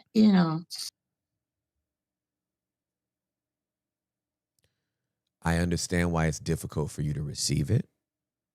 Right. I completely understand it. And you should embrace it. Even understanding that I've never felt like I belonged and I've always felt like I was out of place. And this is the first place I felt it. It's hard for me to receive it. I need you to breathe deeply in this environment. And every day you show up to work, you got to remind yourself, I belong here. Right. Yeah, that's good. That's where I wanted to go. That's what I needed to get to, Yeah. is like embracing where I'm at now and kind of, I guess, forgetting the past of always feeling like not good enough. Yeah. And then try to embrace that they really like me. They really believe in me. Yeah. And just embrace that. Try to meditate on that more than what the past. Yeah. It is a journey for us as humans to find where we belong, because Right. every human on earth belongs somewhere. Every Right. human on earth belongs somewhere. We just have to find where we belong. And sometimes we can be born and raised in a certain state, in a certain city, in a certain neighborhood, and have experiences that shape us and find out that we belong in Germany. Find Right. out that, we were born and raised in Mississippi and we belong in Montana. I'm born and raised Cali. I belong in Texas. Right? Where we're from is not always where we belong. And so you found the place where you finally belong. And girl, I need you to do a cartwheel. Right. Yeah. Like, I need you to walk in like, it's taking a long time for me to find this place. I'm about to pop off. I finally belong someplace. Right. Right. And they're Christian too. They're hardcore Christians too. So it's great. Yeah. Oh, girl, it's time to get it popping. You're home, sweetheart. You're home. Go. Yeah. I guess it was like, because when I left my last job, it was hard for me to quit because it was, I work at home and it's rare to find a work at home art job. Mm-hmm. And so but I knew I had to quit, and it was like God was telling me like, you're leaving like Pharaoh, like you were talking about, Yeah, yeah, because they were working me too much. yeah. And he was like, you can leave Pharaoh and you could go to your promised land, and you can, and they're righteous people. He was telling me before I even knew about the job, and they're righteous people. And I was like, okay, I quit that job. And I had a choice between two jobs, and I was trying to figure out which one was the righteous. Mm-hmm. And then this job, they were talking about the Lord and all that. I was like, oh, wow, they must be the righteous. I'll pick them. Mm-hmm. And like, it was like I was leaving Egypt and coming to my promised land, but I still have that slave mentality that I gotta get rid of. Like, Yeah. Well, the old mindset. I really do believe that God brought you to a place for you to thrive, not to a place for you to languish, not to a place. Yes, it's going to stretch you, especially if He's calling you to leadership. It's going to stretch you, but there's so much more in you, and now you're in a place where all of that can come out. I think it's about to be good for you. So keep going. Go straight through the awkwardness. Go straight through the discomfort, because on the other side of that is blessing, promise, promotion, pay, all of it. Yeah. Yeah, that's it's a good conversation, because I needed to see that picture of, hey, this was the past, but that's not what it is right now. For sure. Embrace what it really is. That's right. It's not like it was before. That's right. So yeah. Well, thank you so much for calling, and thank you for trusting me to kind of help you process it. I really appreciate it. Yeah, thank you. I appreciate your viewpoint. That really helped me see a different picture, I'm so So I grateful. appreciate it. I'm honored to serve you, girl. Have a great day, okay? Okay, thanks. Okay, All bye. right. Love you. Bye. Bye. All right, I need to look in this camera real quick. Hey, yo, I don't know who I'm talking to, but I felt this thing strong. You belong somewhere. You belong somewhere. I don't know who this is for. This may be for you. You may need to send it to somebody, but you need to tell them you belong somewhere. There is a place in the world for you. Do not die, get depressed, and give up hope that you belong somewhere. Where you are from is not always where you belong. Where you are from is not always an indication that you're a misfit. Sometimes you're just born in a place that you were never supposed to stay. And the realization of that is what's supposed to take you from A to B. The realization of that is what's supposed to take you from here to there. So I just need somebody to know you belong somewhere. There's a purpose and a plan for your life. You belong somewhere. It may not be where you are. It may be over there. Get over there. Whatever you got to leave, whatever you got to grieve, whatever you got to say goodbye to, get over there. There is a place for you. Find it. Don't give up. Don't curl up. Don't give in. Get up, get out, and go find the place where you belong. There is a people waiting on you. There is a culture waiting on you. There is a promise waiting on you. Find it. That's it. That's what I got to say. I felt that thing. Okay, I felt that thing. Chat going crazy. I felt Crazy. really? Yeah. Okay, I felt it. Everyone's just, I belong somewhere. I belong somewhere. We belong somewhere. We all belong somewhere. We all belong somewhere. You felt her. I did. Like when she was, I did, man. and again, I can't read minds, but from what I saw, she was still showing face because she works in a corporate environment. Yeah. Even on this phone call with you, Yeah. it took a while for her to be like, yeah, I was bullied and I've struggled with insecurity and I feel alone. You belong somewhere. Showing face is tiring. But it is tiring. It's tiring. You got to find a place where you can just be, not just do. You got to find a place where you can be. Yes. And when you find that place where you can be, it's like, I'm settled now. I'm settled now. And you can humanize yourself. Absolutely correct. Yes. Absolutely correct. Yeah, we all got to belong somewhere, man. But sometimes we got to get there. We got to migrate. Woo. Yeah. You know what I'm saying? Migration is real. You got to know like, I need to migrate.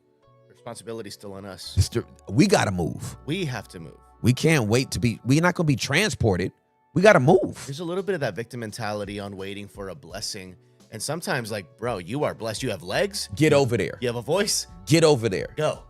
God called Abram out of the nations and said, come with me to a land I will show you. That's migration. Come on, Tim. You got to migrate. Woo. Come on. And so that's another thing they need to put in the chat. Move around. Move around. Move around. Muévete. I don't know who that needs to hear that, but you need to move around. You need to move around. You need to migrate, yo. I'm telling you, God got a promise for you. God got a plan for you. God got a purpose for you. It may not be where you are. There's nothing wrong with your environment. You just don't belong there. And sometimes that's not rejection. Sometimes that's protection. Come on now. You were never supposed to prosper there. You trying to make it work there. God's like, nah, I'm not gonna make it work here. Man, dude. When we go traveling, there's some fruits or vegetables that we'll eat. And Juliet, of course, she's a gardener, so she's like, I want to bring this back, and I would like to grow this here. Then we find out the soil here can't produce that fruit. The soil here can't produce that vegetable. There's nothing wrong with the soil here. It just can't germinate that seed. Wow. I got to go over there to get that. Come on now. You got fruit to bear. It may not be in Chicago. It may be in Seattle. You have fruit to bear. It may not be in Atlanta. It may be in Miami. You have fruit to bear. It may not be in this country. It may be in Canada. But some of us are so determined to make something pop off where we are that you miss the fact that God has soil for you to be planted in where you can take root and not just survive, but thrive. You ain't got to scratch out a living. Sometimes you just need to move. You got a Mercedes mindset on a Mazda budget. Your dollar don't stretch like that in California. It would pop off in Texas. I don't like Texas. It's hot. I'm just telling you. Coming from the Cali boy himself. This whole team is faith movers. You from Cali, both of y'all from Cali, and Julie from Jersey. Like the whole team. And I got blessed because y'all came here. Well, but you left Oak Cliff too. I left Oak Cliff. Really? You know what I'm saying? Confirmed not You there. you migrated as well. Yes. So, yeah, man. I'm just trying. Listen, this thing is on me strong right now. I love you, Tim. They say bloom where you're planted. I say bloom where you're transplanted. I love you, bro. I love you too. You're blessing people right now, man. Thank you, man. Yeah, you can bloom. Sometimes you do bloom where you're planted. Sometimes you die where you're planted. You're not getting enough sunlight. You got to move around. I'm just saying, move around. Okay, all right. I'm gonna try to go on. That thing is strong on me. Move around. Muévete. Yeah. Bro, like, dude, like, you said a couple things. This week it's kind of been prevalent. Like, it's weird. It's just been growing. Yeah. But, like, it's not the no plan. You KNOW. You said yesterday. Like, it won't be that. You gotta leave what's now to see what's next. That's all I'm saying. I might have to change the title and the whole thumbnail. Might have to. All right. Who next? All right, we got Mike pulling up on us. Mike, you are on the line with Tim Ross. Welcome to the show, my friend. Hello. Hey, Mike, how you doing, my guy? I'm doing all right. Uncle Tim. It's good to hear your voice, bro. My question, I'll jump right to it. Yes, sir. I guess I'll put two parts together. Okay. Sometimes I feel like God has forgotten me. Okay. And the second part is dealing with, I have issues reading the Bible, and a lot of it is because I got sexually abused for most of my childhood and some part of my teenage years. Okay. And a lot of times the Bible was used to coerce me. Okay. So as the adult now trying to redefine my relationship with God in the scripture, it's sometimes difficult. Oh my God, I can't Read even, it. I can't even imagine. First of all, it's incredibly diabolical to know that scripture was used to even coerce you into the abuse that you received. And so that not only breaks my heart, it angers me. And so justifiably, yes, it would be hard to read, repeat, recite the same scriptures that were used to coerce and abuse you. I'm so sorry that happened to you. Yeah. Okay. Talk to me a little bit more. Would it be hard for you to elaborate on why you feel like God's forgotten you? I guess I think about when the abuse first started. You know, hearing these sermons in church, oh, good God protect the young ones, God protect these kids. And that, after hearing these sermons, you know what's going to happen.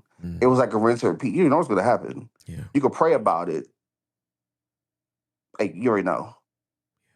And this how it just went on for years. Different people, it's always men. And I went to therapy for it, but it's just,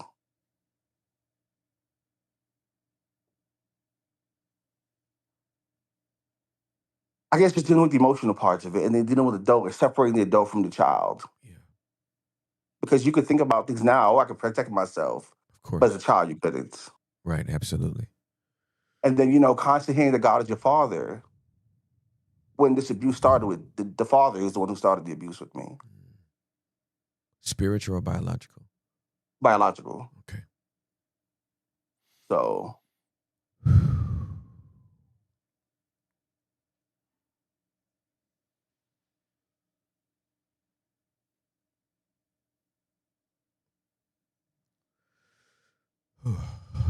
Okay. I just had to take some time to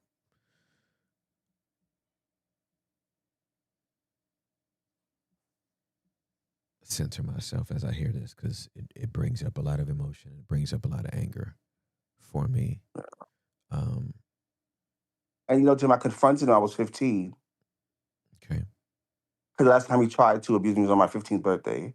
And I confronted him, and he started to choke me and told me, it's your imagination.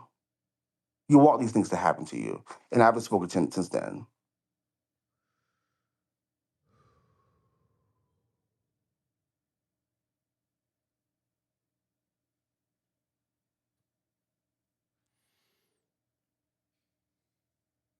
Is he still living? Yeah.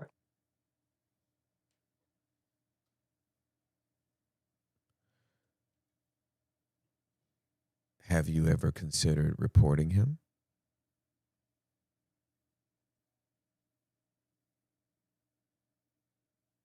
Thought about it?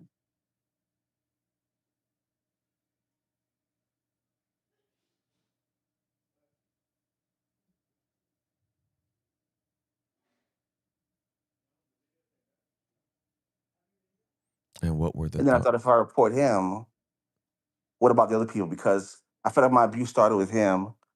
And then I felt like because of what he did, there was this label on me that other men would come into my life and do the same thing. It happened with a doctor. I remember the first time I told a pastor in church. And it's just like, I don't know, for some years I was like, God, ask for help. And I talked to people, but I guess I spoke to the wrong people because they ended up wanting to reenact the abuse with me.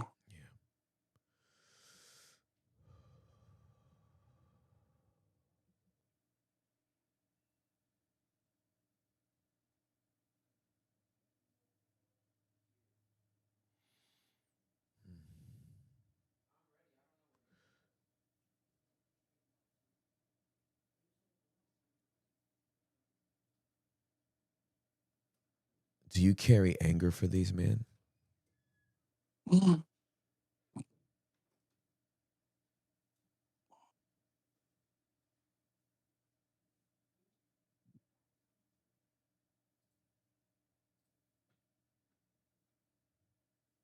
I think I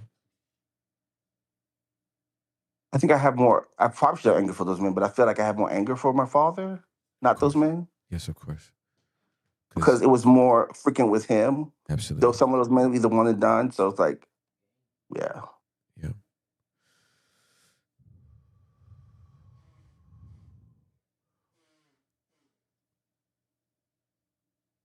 It took me a long time to feel safe in my body. Of course. I remember just being around men, my body would start to shake. Mhm. Um, I'm at the point now where I actually have male friends. I couldn't be around them. Yes, of course. And then I think there was a disconnect in church because people thought it was the Holy Spirit while I was shaking, not realizing my body's reacting from trauma. Yes, of course. Yeah. People don't even understand how often that is, how often that occurs in charismatic churches and in Pentecostal churches. Like people are having a traumatic response, and we think the Holy Ghost is moving.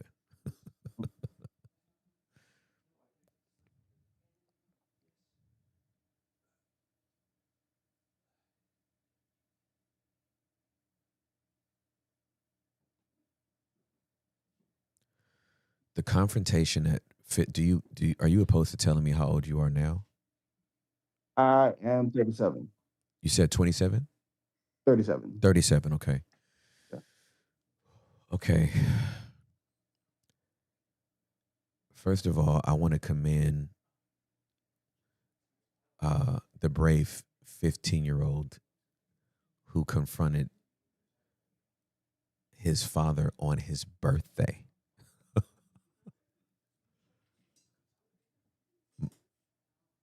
Most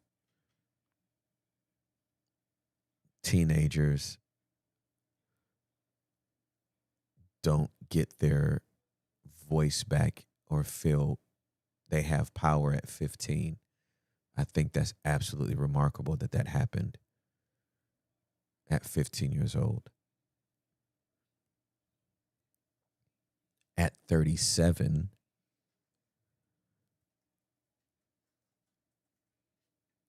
I feel like, and I'm just saying, I feel it could be my personal feeling. I can't say this is the Holy Spirit that I felt led to tell you this. My feeling is that the 15-year-old stopped it. The 37-year-old can end it. Mm. And I want justice. I want justice for your little body.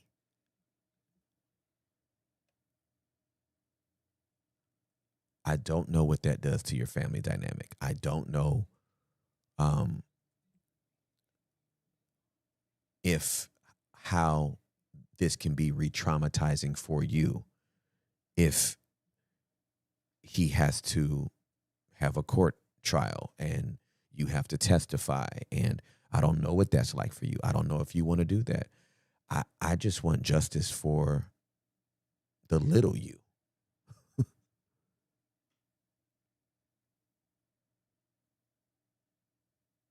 Because he's the one that set this whole thing in motion.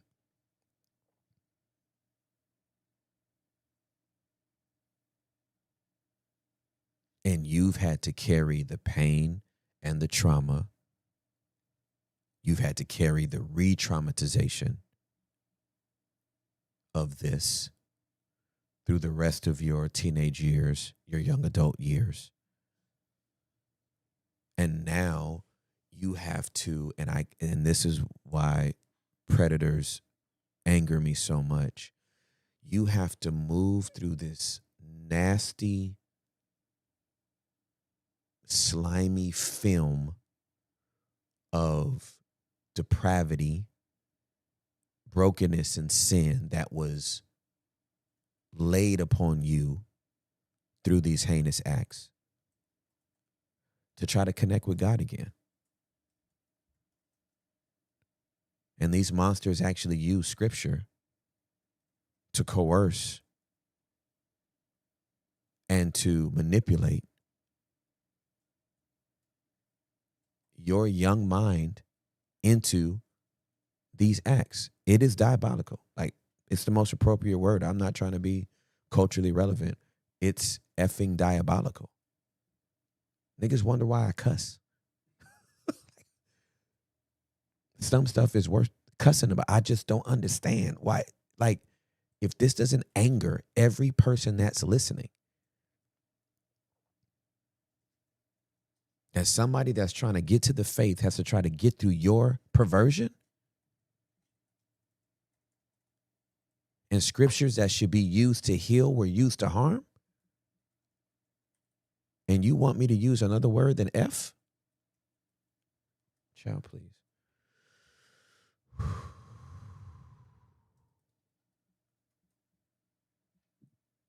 And for Tim, the hardest part is that there was a point where I thought this was normal. Of course.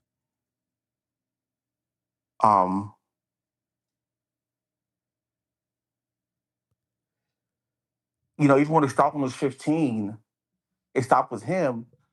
But I didn't understand how with abuse, your body might have felt some pleasure from things. Mm-hmm. So I didn't understand that. And that's why I went to therapy. And I guess the hard part for me to forgive myself was I spent a long time from my teenage years up until my late 20s reenacting the same thing with older men. Of course.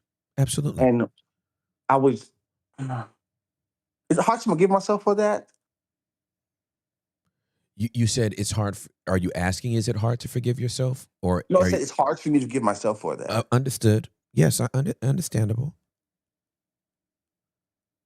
Understandable, as long as you understand this dynamic that the way one of my life coaches puts it is the way that it's fired up in you is the way that it gets wired up in you. Mm. So the way the way we receive our first sexual experience, whether it's consensual or not, warranted or unwarranted, we are sexual beings. And so when there is a firing up of our sexuality through touch, stimulation, whatever, touch, stimulation, penetration, right? There's going to be a wiring that takes place, and the body keeps score. The body's going to remember that. Now, one of the things that's very, very important for everyone that's listening to understand is that we actually don't control our sexual responses to stimulation. We control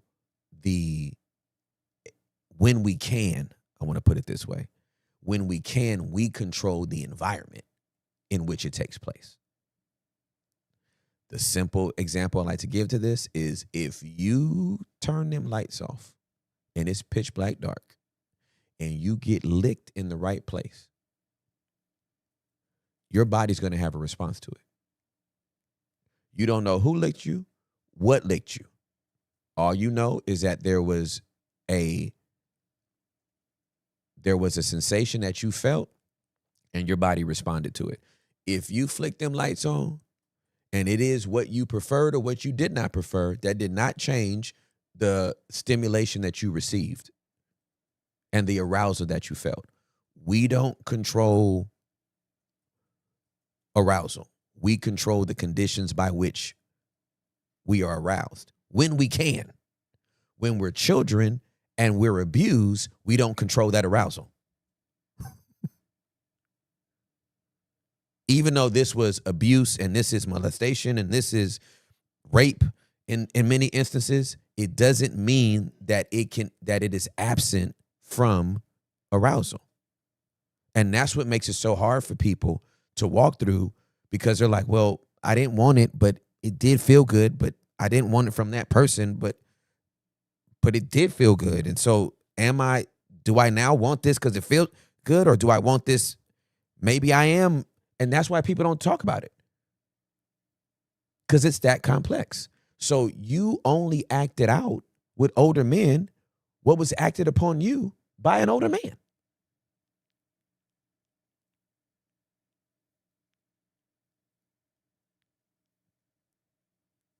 And it makes complete sense to me. And absolutely you should forgive yourself for it.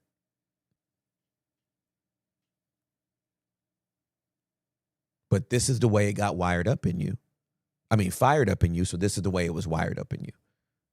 And when we're dealing with sex and sexuality, if we do not have the conversation with that context in mind, then we're just trying to cast out a lust demon when we ain't trying to cast out a lust demon. We're trying to reprogram how we experience arousal to begin with.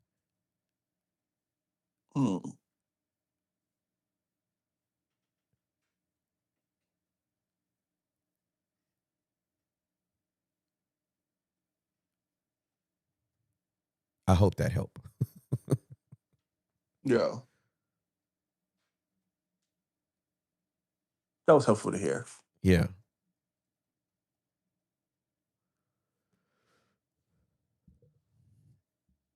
Because I'm very tired. I have grown very, very tired of people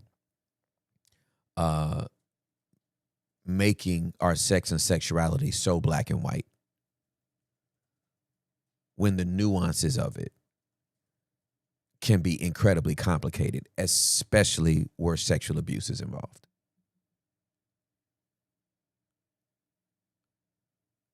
And so I would just like you to be very gracious with the younger you that acted out in this way. Because think about it. The abuse that you were receiving from your father was something that you could not control. You stop it at 15, but it, like you said, in your late teens, in your 20s, you acted out with older men, but you controlled that though. That gave you a sense of power. That at least I'm in control with who I'm doing this with, and I consent to this.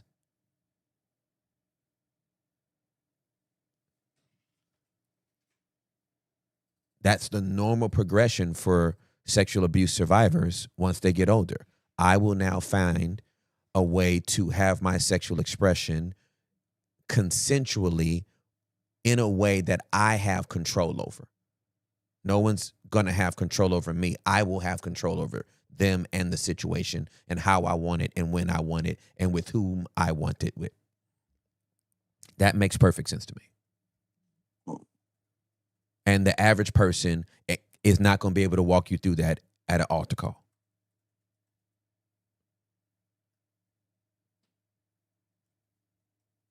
All they going to do is be like, well, young man, we just going to pray that this perverse spirit leaves you in Jesus' name. It's like, okay, well, go talk to my dad because he's the one who gave it to me. I've heard those exact same words you just said. You feel me? Like, you know what I'm saying? Like we have to help. We have to help churches. We have to help leaders. We have to help altar workers and prayer. Like, okay, we know you got a gift to pray and to intercede. You need to be trauma informed. And maybe it starts with you going to therapy so that when somebody comes to you with an issue at the altar, you just don't spiritualize the thing as if you can pray something away that has been wired into our bodies from childhood in 3 minutes.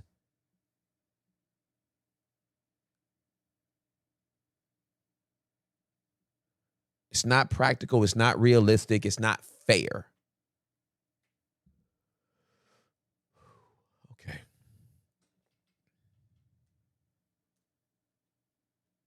I think maybe I'm a little more passionate about this because I have my own therapy session today. Like at 2:00, 2 p.m. Central Standard Time, I will be with my EMDR therapist because this is how I stay free. My body has kept score on all the things that it has experienced. I'll be 50 years old this year.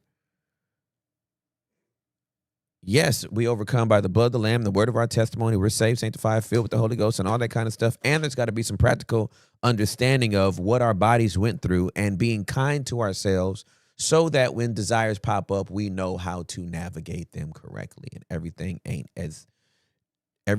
a demon. Maybe the demon is the one who bothered us, not what we're left dealing with as a result of it.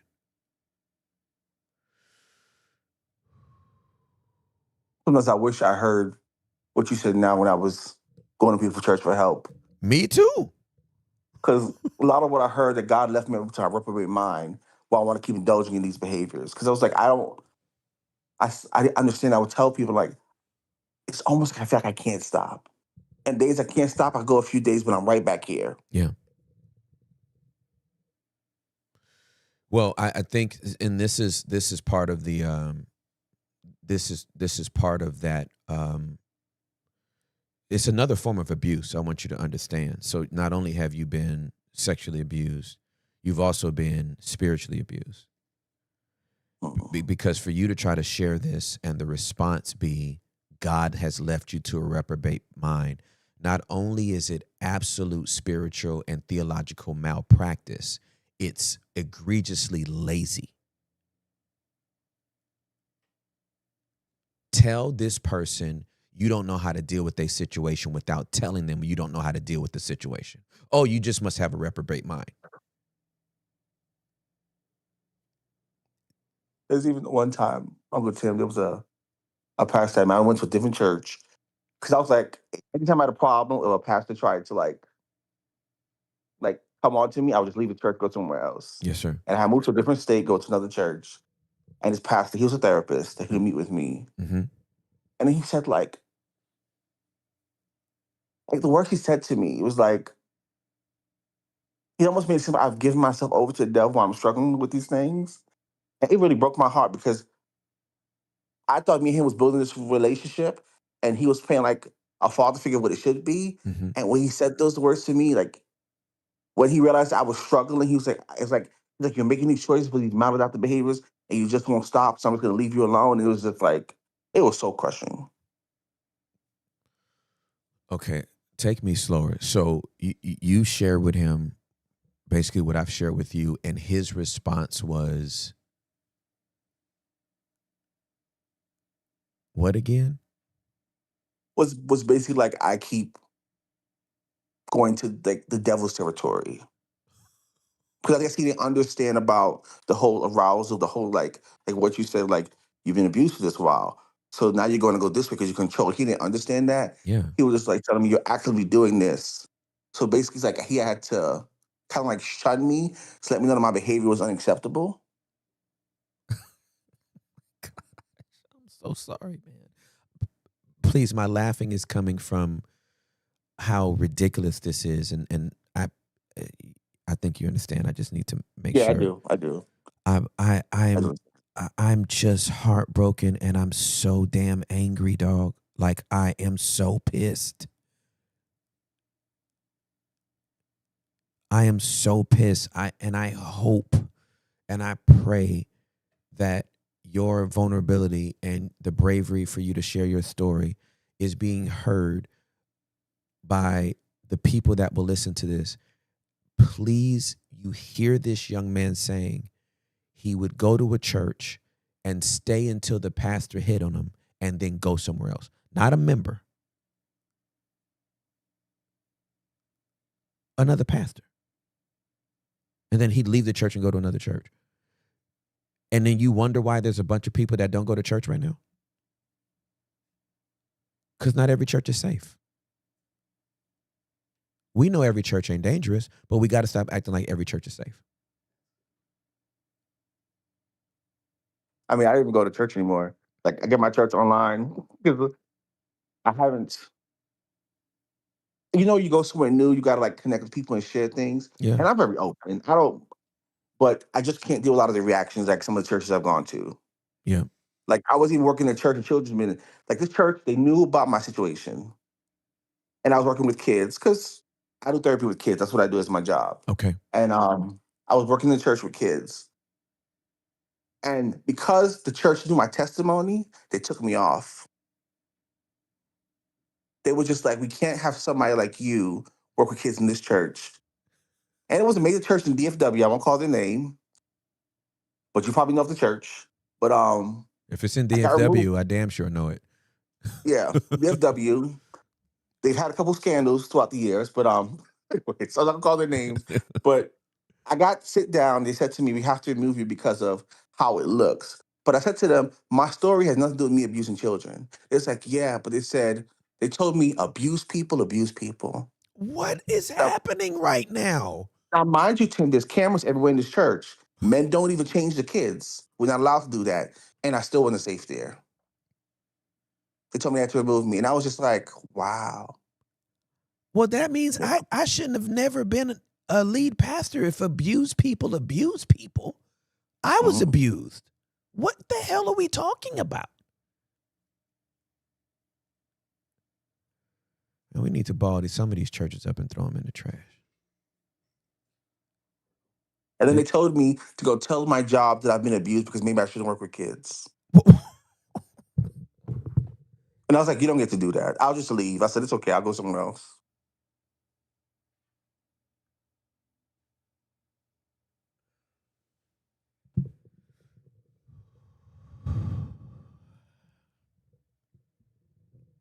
Some days I'm just like, God, I guess you give me something to keep going. Because some days, Uncle Tim, I'm like, I don't know if I keep doing this. I don't know if I keep dealing with some of this. But he gives me strength somehow. I laugh. I'm just like, God, I haven't lose my mind yet. For sure. Absolutely. Absolutely. So do you live in the DFW Metroplex or are you in a different state now? So I live in PA now. I used to live in the DFW. Okay, got you. Man, I'm so disappointed, dog. I'm so like, it's just, this is such a, I'm just angry. I really am. I'm just very angry. It amazes me.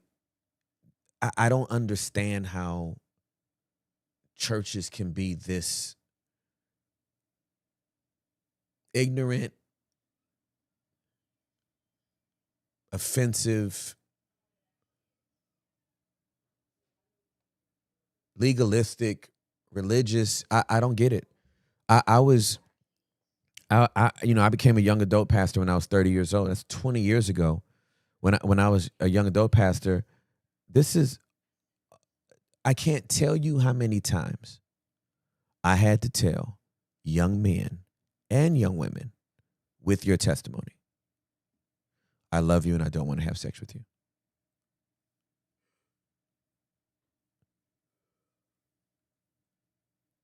Just for their bodies to regulate so that they would know this is actually a safe place. This was 20 years ago. It's not hard. I don't understand. It's not really hard.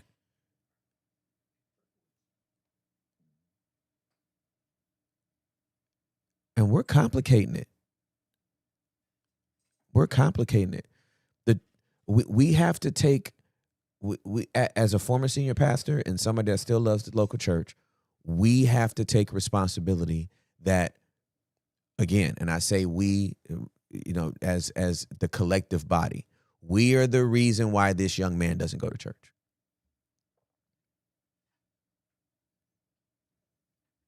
Didn't happen at my church, didn't happen on my watch. And if we're going to talk about the local churches, the hope of the world, let's also talk about, because of some of these rotten local churches, we're the reason why this man don't want to come to nobody's church. And can you blame him? Absolutely not. Even one church, Uncle Tim, I was willing to confront and bring the individual before them. That sent me a picture that was inappropriate. Mm-hmm. And I had all the documents, all the things there. And I was in the room with different pastors of this church in Texas. And they said to me, it's likely with somebody of your past to create things like this. And I just had to walk out. I said, I can't talk to you no more because I'm going to get pissed off and do something I shouldn't do. So I got to walk out right now. I had to walk out the meeting because I was just like, you're telling me because of my past, you know the history of me, that I would create this? What benefit is me to create something like this? For what? I just don't understand. It's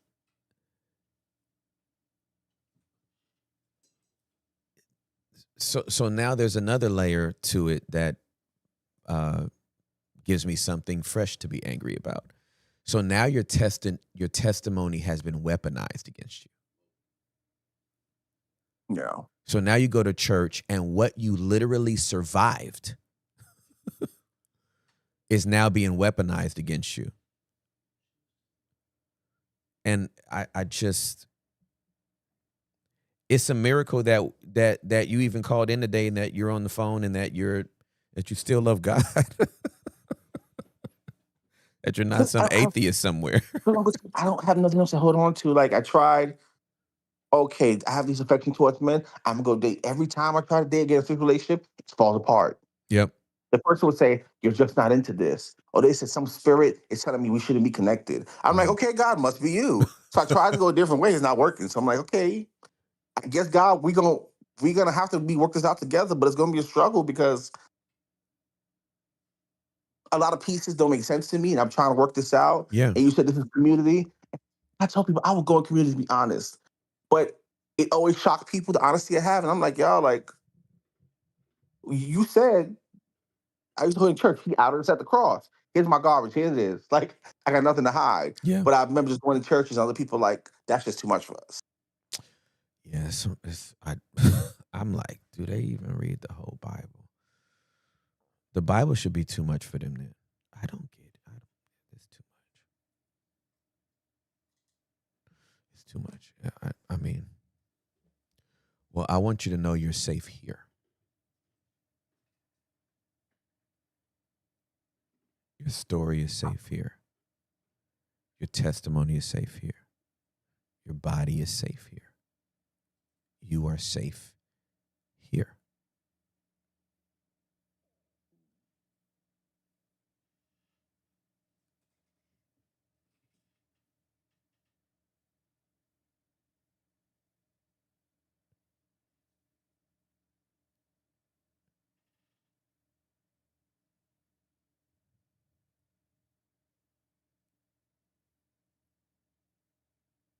How does that feel to hear that?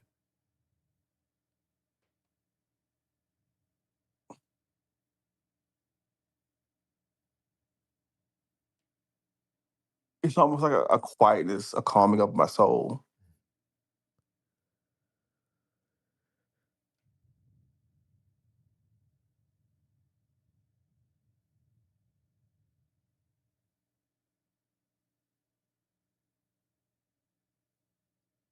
I want you to be able to experience what true peace feels like. Where you don't have to do anything. You can just be. Just be.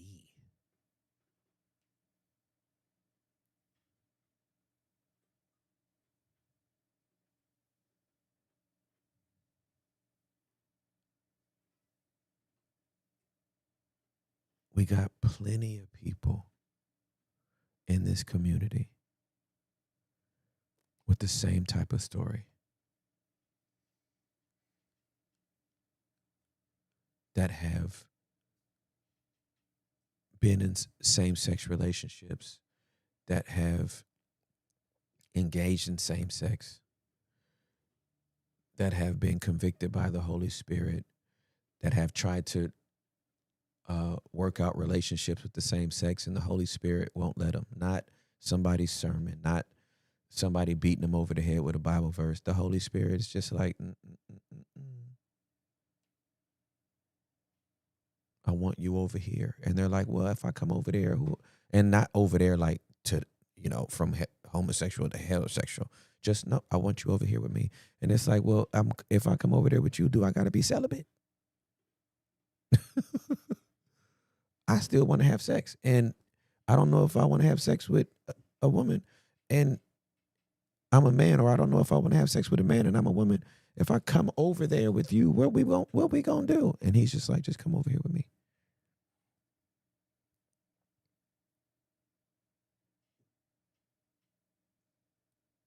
And the invitation is to come to be. Outside of sexuality, be. Outside of trauma, be. And that can be a scary place to even visit, let alone choose to live. But there's something that God does in that space that cannot be done. And that's not an isolated space. It's supposed to happen in community.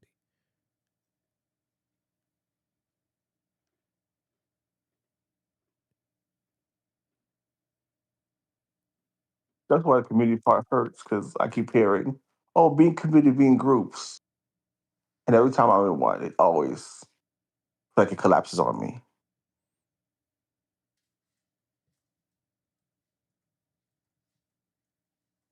This one won't.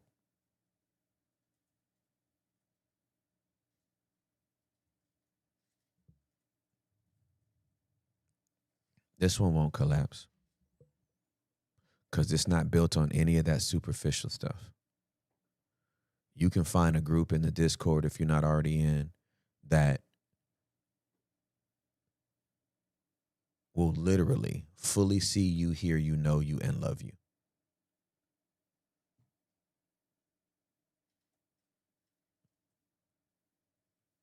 Because we all want the same thing, because we are all in agreement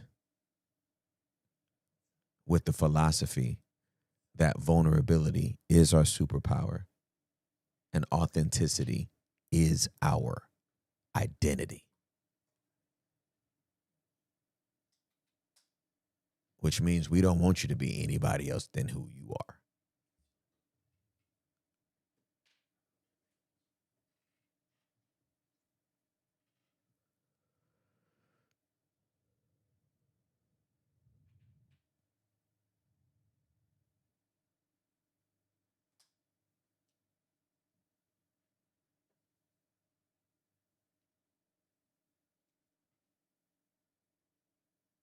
I'm so thankful you called today.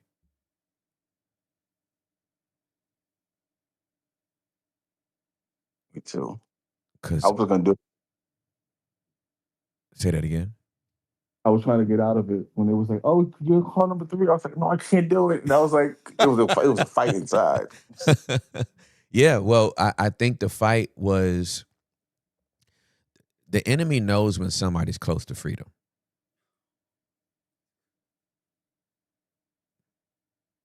The enemy knows when somebody's close to freedom. The enemy knows when somebody's about to walk into the light. And he's scared of real light. Artificial light, he's not afraid of. He didn't mind you going to them pastors because he knew them pastors was going to try to pervert the relationship.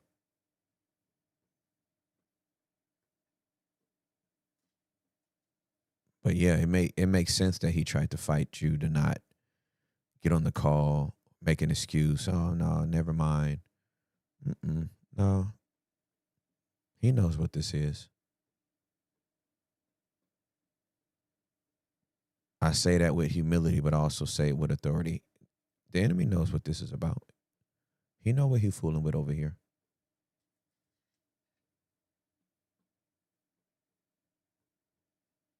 We don't come in our own strength. We don't come in on our own name. We know who gives us the power to do what we do. And the power to do what we do is found in a name. And it is a name that is above all names. At the name of Yeshua, the Messiah, every knee shall bow, every tongue shall confess. To things on earth, above earth, and below earth. Like he know who he dealing with. He ain't dealing with me. He's dealing with him.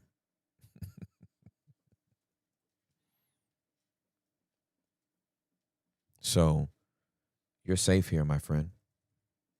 Your story is safe here. Your body is safe here. I love you very much. I'm so proud of you. And anytime you need to vent, man, just holla. This doesn't have to be your first and last call. Whenever you need that little boost, whenever you need to be reminded, whenever it feels like the walls are closing in, or you know the impulses are getting strong. Because again, when you've been doing something for a long time, it don't break overnight. I'm amazed at the patience people choose to have with certain struggles. We'll throw all of our energy into somebody that's trying to get over alcohol addiction or trying to break free from meth. But tell somebody I'm trying to stop having sex. And then all of a sudden it's like, you just got a filthy spirit and you ain't trying hard enough. Well, he called a demon. Like, when I heard that was rough, I was like, I'm a demon. It's so dumb. You see what we've so demonized sex and sexuality that, dang, we out here. Oh, Lord have mercy on my whole soul. Okay. I love you so much. I love you. Thank you for the space and the time. Absolutely. And I'm telling you, anytime you need it, call back, okay? Okay. I'm going to be here for you. We're going to be here for you. I appreciate that. Okay, man. Have a great day. Love you too. Bye. Okay. Love you. Bye. Love you. Bye. Man, I promise you, I'm going to need a minute. I'm gonna need a minute. I'm gonna just need a minute. I'm gonna need a minute because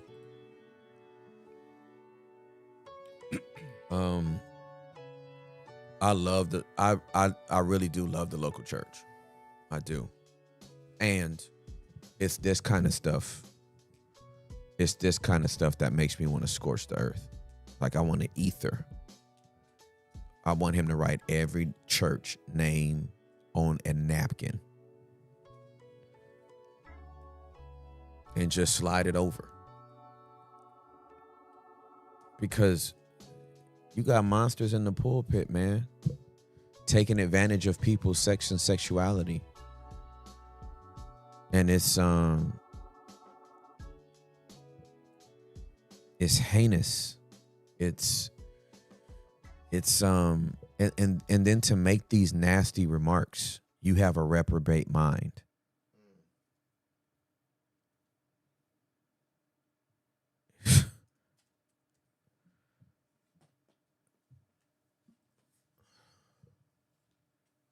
Let's go to the book, shall we? Since these jokers want to quote scripture. Let's go to the scripture, shall we? Okay.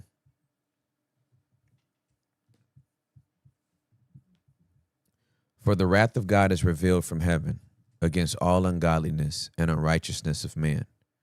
In unrighteousness they suppress the truth, because what can be known about God is plain to them, for God has shown it to them. His invisible attributes, his eternal power, and his divine nature have been clearly seen ever since the creation of the world, being understood through the things that have been made. So people are without excuse. For even though they knew God, they did not glorify him as God and give him thanks. Instead, their thinking became futile and their senseless hearts were made dark. Claiming to be wise, they became fools. They exchanged the glory of the immortal God for an image in the form of mortal man and birds and four-footed beasts and creeping things. Therefore, God gave them over in the evil desires of their heart to impurity. Some translations say reprobate mind. So this is the verse they get it from. Therefore, God gave them over in the evil desires of their hearts to impurity, to dishonor their bodies with one another. They traded the truth of God for a lie and worshiped and served the creation rather than the Creator, who is blessed forever. Amen. For this reason, God gave them up to shameful passions. Even their women exchanged natural relations for what is against nature. Likewise, the men abandoned natural relations with women and were burning with passion toward one another, men committing shameful acts with other men and receiving in themselves the due penalty for their error. And just as they did not see fit to recognize God, God gave them over to a depraved mind. This is where reprobate mind comes as well. God gave them over to a depraved mind to do what is not fitting. They became filled with all unrighteousness, wickedness, greed, evil.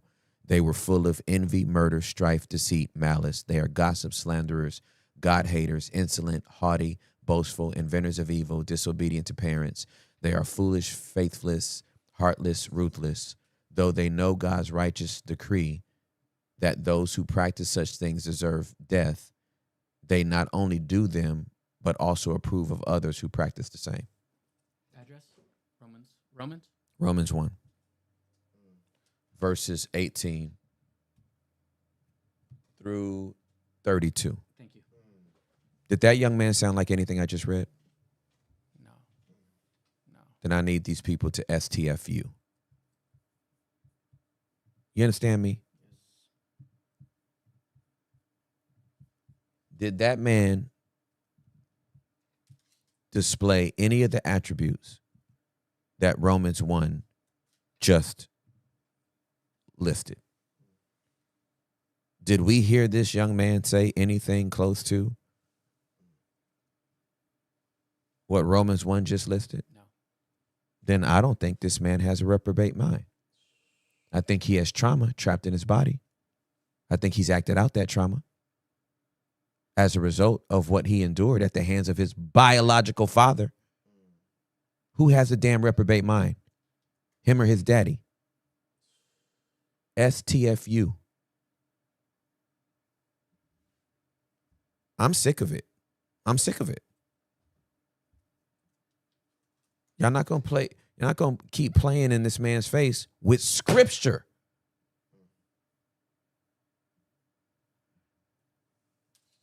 Y'all got to stop this foolishness. Y'all got to stop this foolishness. Y'all got to stop this foolishness. Y'all don't even know your own damn Bible. And then when I say a statement like that, the only word you heard was damn. It speaks to the hypocrisy. It speaks to the freaking Pharisaical nature that you can't even hear the truth because all you heard was a word. That in your culture, in your context, might be perceived as bad.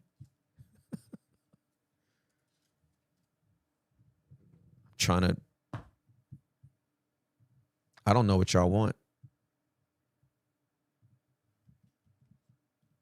I don't know what some of these churches want. This man is making advances at a young man. This pastor's making advances at another young man in his church, but then gonna get up and preach good tidings to all men. How beautiful are the feet of those that preach the gospel. Man, please.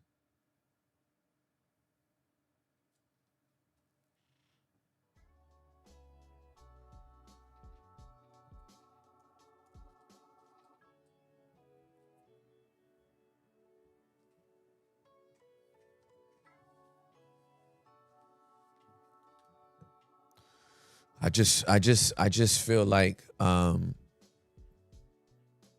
assignment is to show up every day and once again sit at the intersection of faith and culture and help to make sense of it.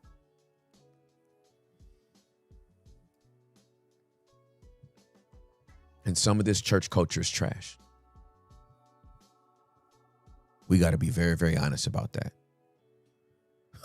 Some of this church culture is trash. We got monsters in the pulpit.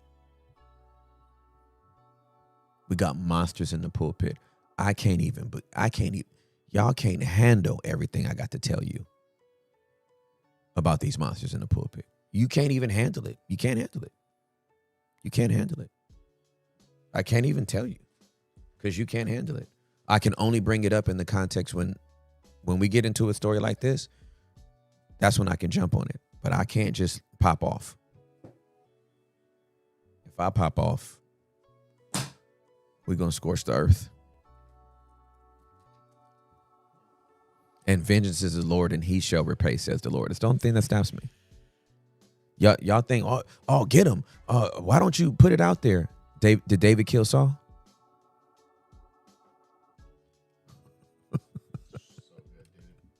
The Lord has a way of dealing with. David didn't have to kill Saul. You want to know what happened to Saul? Saul killed himself. So that the blood would not be on David's hands. The reason why I don't ether these pastors is because I can't just be known as the person that outed these pastors. God has a way to out people. I ain't got to out nobody. Vengeance is the Lord's. He will repay. His justice is warranted. He's righteous. Anything I do will always have a measure of pettiness and injustice to it because I'm not God. I'm not right. On my most righteous day, I can't execute vengeance. That's his job. I'm not the avenger. He is. And those guys can't sleep at night. They don't sleep at night. They're tortured inside. Absolutely. Verify. I got it on record. I already know. Mm-hmm. I already know. So I don't have to do any of that. They already do that to themselves. They do it to themselves. Yeah. And then they wind up still getting outed. And the world winds up still knowing. And guess what? It wasn't me.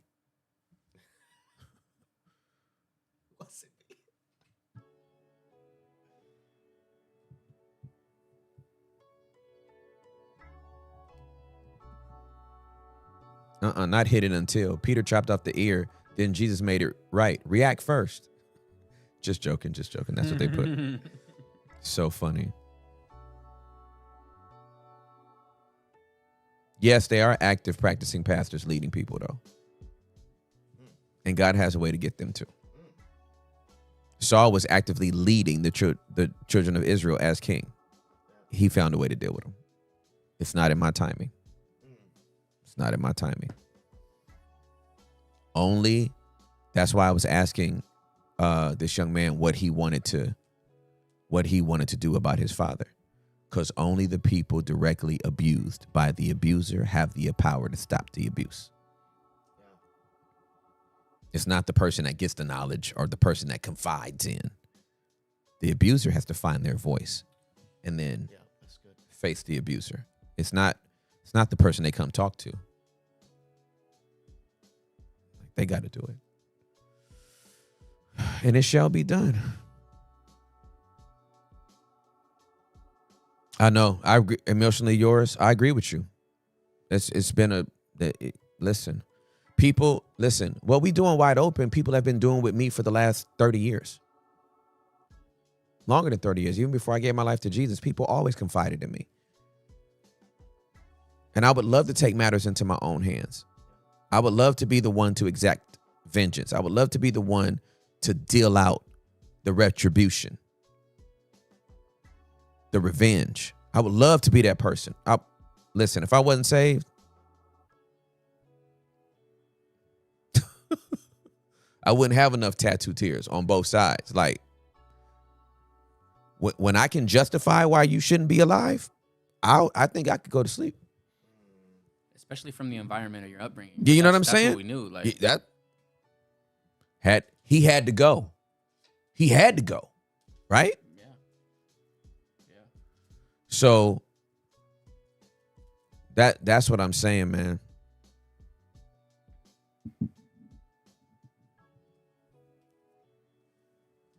Yeah, man. So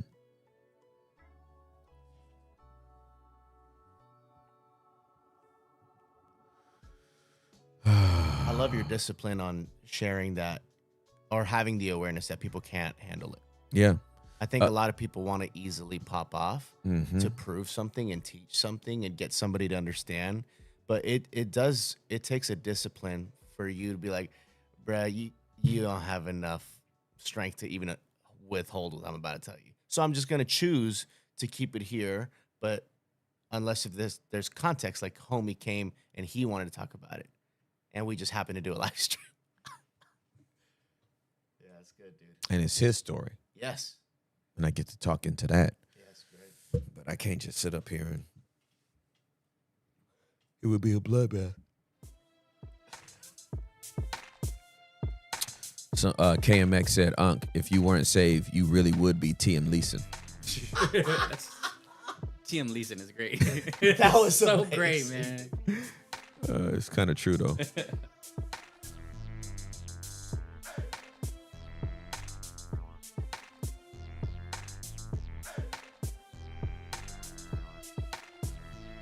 Thank you, David. I appreciate you, bro.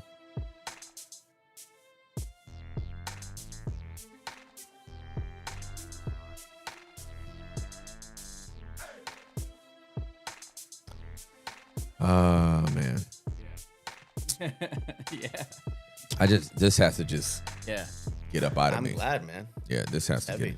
get like, this is one of them days where it's just like, yeah, we just gonna sit here and just let it marinate till 12. Like, you know what I'm saying? They said Tim will be the exterminator. I would be. I would be. I would be the equalizer. You know what I'm saying? I would be Denzel and Equalizer. And it's like, oh, what problem are you having with so-and-so? Got it. And I will painstakingly plot out this person's movements for 6 months. Let them keep living like nothing's wrong. And end everybody. Carbon monoxide in the vents. I confirm propane tank.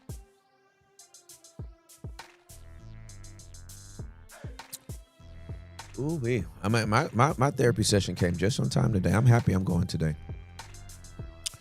Super happy I'm going today. Because wow.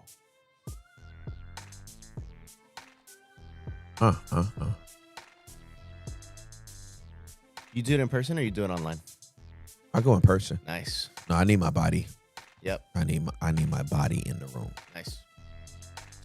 I don't like virtual calls.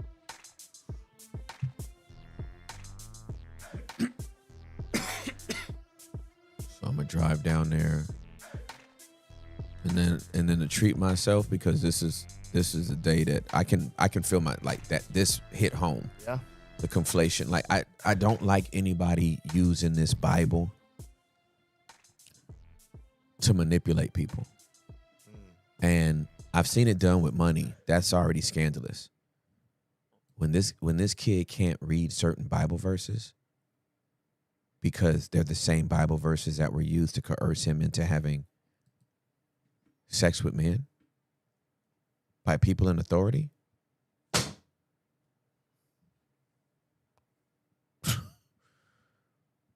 If the Lord gave me the green light,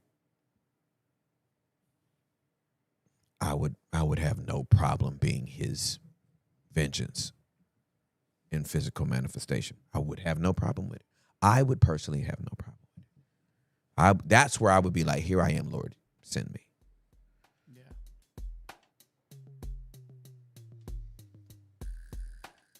But that's why I have a therapist. Because don't think I take all this in and then I'm just Superman over here like, ha ha ha, hey man, I can take 2 hours of calls every single day on whatever you guys want to talk about, and you can talk about all the most traumatic stuff and I'll just help you. No, I go get mine done too. Yeah. I dump this off. Hence the deep breaths. Absolutely. I regulated myself straight through that whole phone call, or else I would have popped off.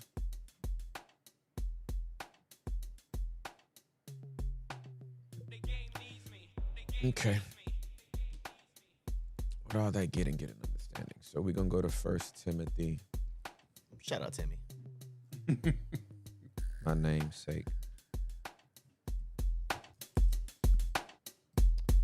1 Timothy 5:20. Correct those who continue sinning in the presence of everyone, so that the rest may also fear. Yeah, that verse says this. Correct those who continue sinning in the presence of everyone, so that the rest may also fear. Who's doing the correcting? Who has the authority to correct?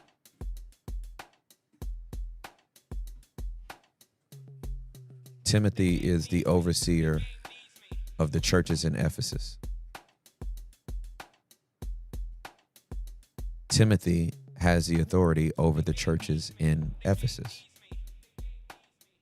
And Paul instructs him to correct those who continue sinning in the presence of everyone, so that the rest may fear. Yes, that's what it says. But tell me, who's the person in authority to do the correcting? There's a whole bunch of people that have taken this verse to jump online and correct people they don't know. They have no authority to. They have no relationship with. They have no proximity to. Does it work? It doesn't. So what are we talking about? Context matters, y'all. That's all I'm saying. If you have scripture in context, it works. If you have scripture out of context, it does not work. When I was a lead pastor, I had people that I had to correct. I had the authority to do it. I oversaw that particular flock. So yes, I had the right to correct them, privately or publicly. What that mean? What the? Tell me how 1 Timothy 5:20 applies to somebody making a reaction video and just correcting somebody openly. That's my thing.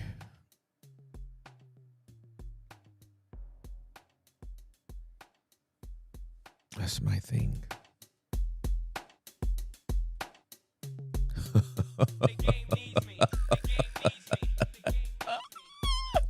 I am not going to touch that comment. I'm going to leave it right there. Ooh-wee. We all see it. We all see it. I'm going to leave that alone. Child. That is hilarious to me. Good little icebreaker. That was funny. They should be correcting in person first. That's the Bible way to settle differences, not online. Yeah, you got to have proximity to people. That's the only way I know. That's the only way I see. You know what I'm saying? Again, when we don't have proximity, we can call out behavior. Be on the lookout. Bolo. Be on the lookout. If somebody fits this description, don't fool with them. Right? Go look through Paul's writings. He don't tell nobody to pop off on people they don't know. When Paul mentions somebody by name, this is somebody he's had a relationship with, and the letter he's writing to the people he's talking to also know that individual. The coppersmith. Alexander the coppersmith did me much harm, right? May God repay him, right? He didn't know that we were going to read that. You know what I'm saying? He wrote that to his mentee. It wasn't a text message that got hacked. Like, so to think that we get to name drop because Paul called out a couple of, look at the context it was in. When he wrote to the church of Galatia, everybody knew about the situation that happened with him and Peter. He's now affirming, hey, I addressed Peter where? To his face. Oh, no, you know what? Let's read it. Let's read it. Just in case you want to know how Paul handles stuff, let's go to Galatians 2 and let's see what it do. Let's go to Galatians 2 and let's see what it do. All right, so this is Galatians chapter number 2, starting at the 11th verse. But when Peter came to Antioch, I opposed him to his face because he was clearly in the wrong. For before certain people came from Jacob, he regularly ate with the Gentiles. But when they came, he began to withdraw and separate himself, fearing those from the circumcision. And the rest of the Jews joined him in hypocrisy, so that even Barnabas was carried away with their hypocrisy. But when I saw that they were not walking in line with the truth of the good news, I said to Peter in front of everyone, if you, being a Jew, live like the Gentiles and not like the Jews, how can you force the Gentiles to live like Jews?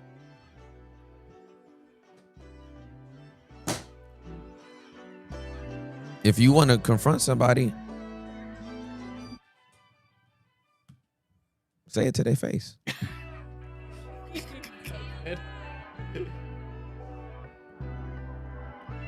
Say it to their face. You might be good friends after. Might be. Might not, but at least you said it to their face. You might gain a friend. Yeah. Peter and Paul didn't fall out as a result of that. Peter still had good things to say in his writings about Paul, even though Paul had to check him. I've been checked by the homies before. It actually deepened our relational equity, but we had to have a relationship first.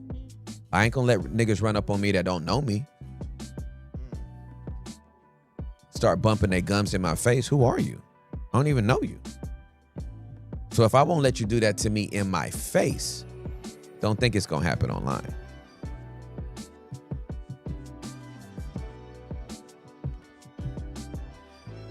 Called him out and said it to him in his face. Go find somebody. You got real things you want to say.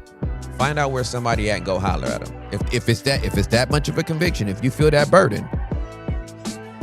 All these video chats is getting a little crazy. It's getting old. It's getting old. You can save some money too. You can take back the money you're paying the editor for. Mm-hmm.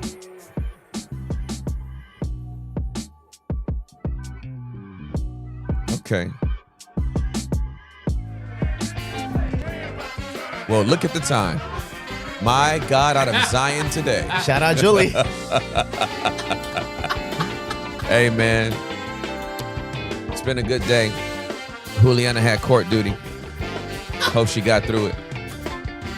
I love y'all very much. I'm Timothy Charles Ross. Hector Alejandro Guerrero.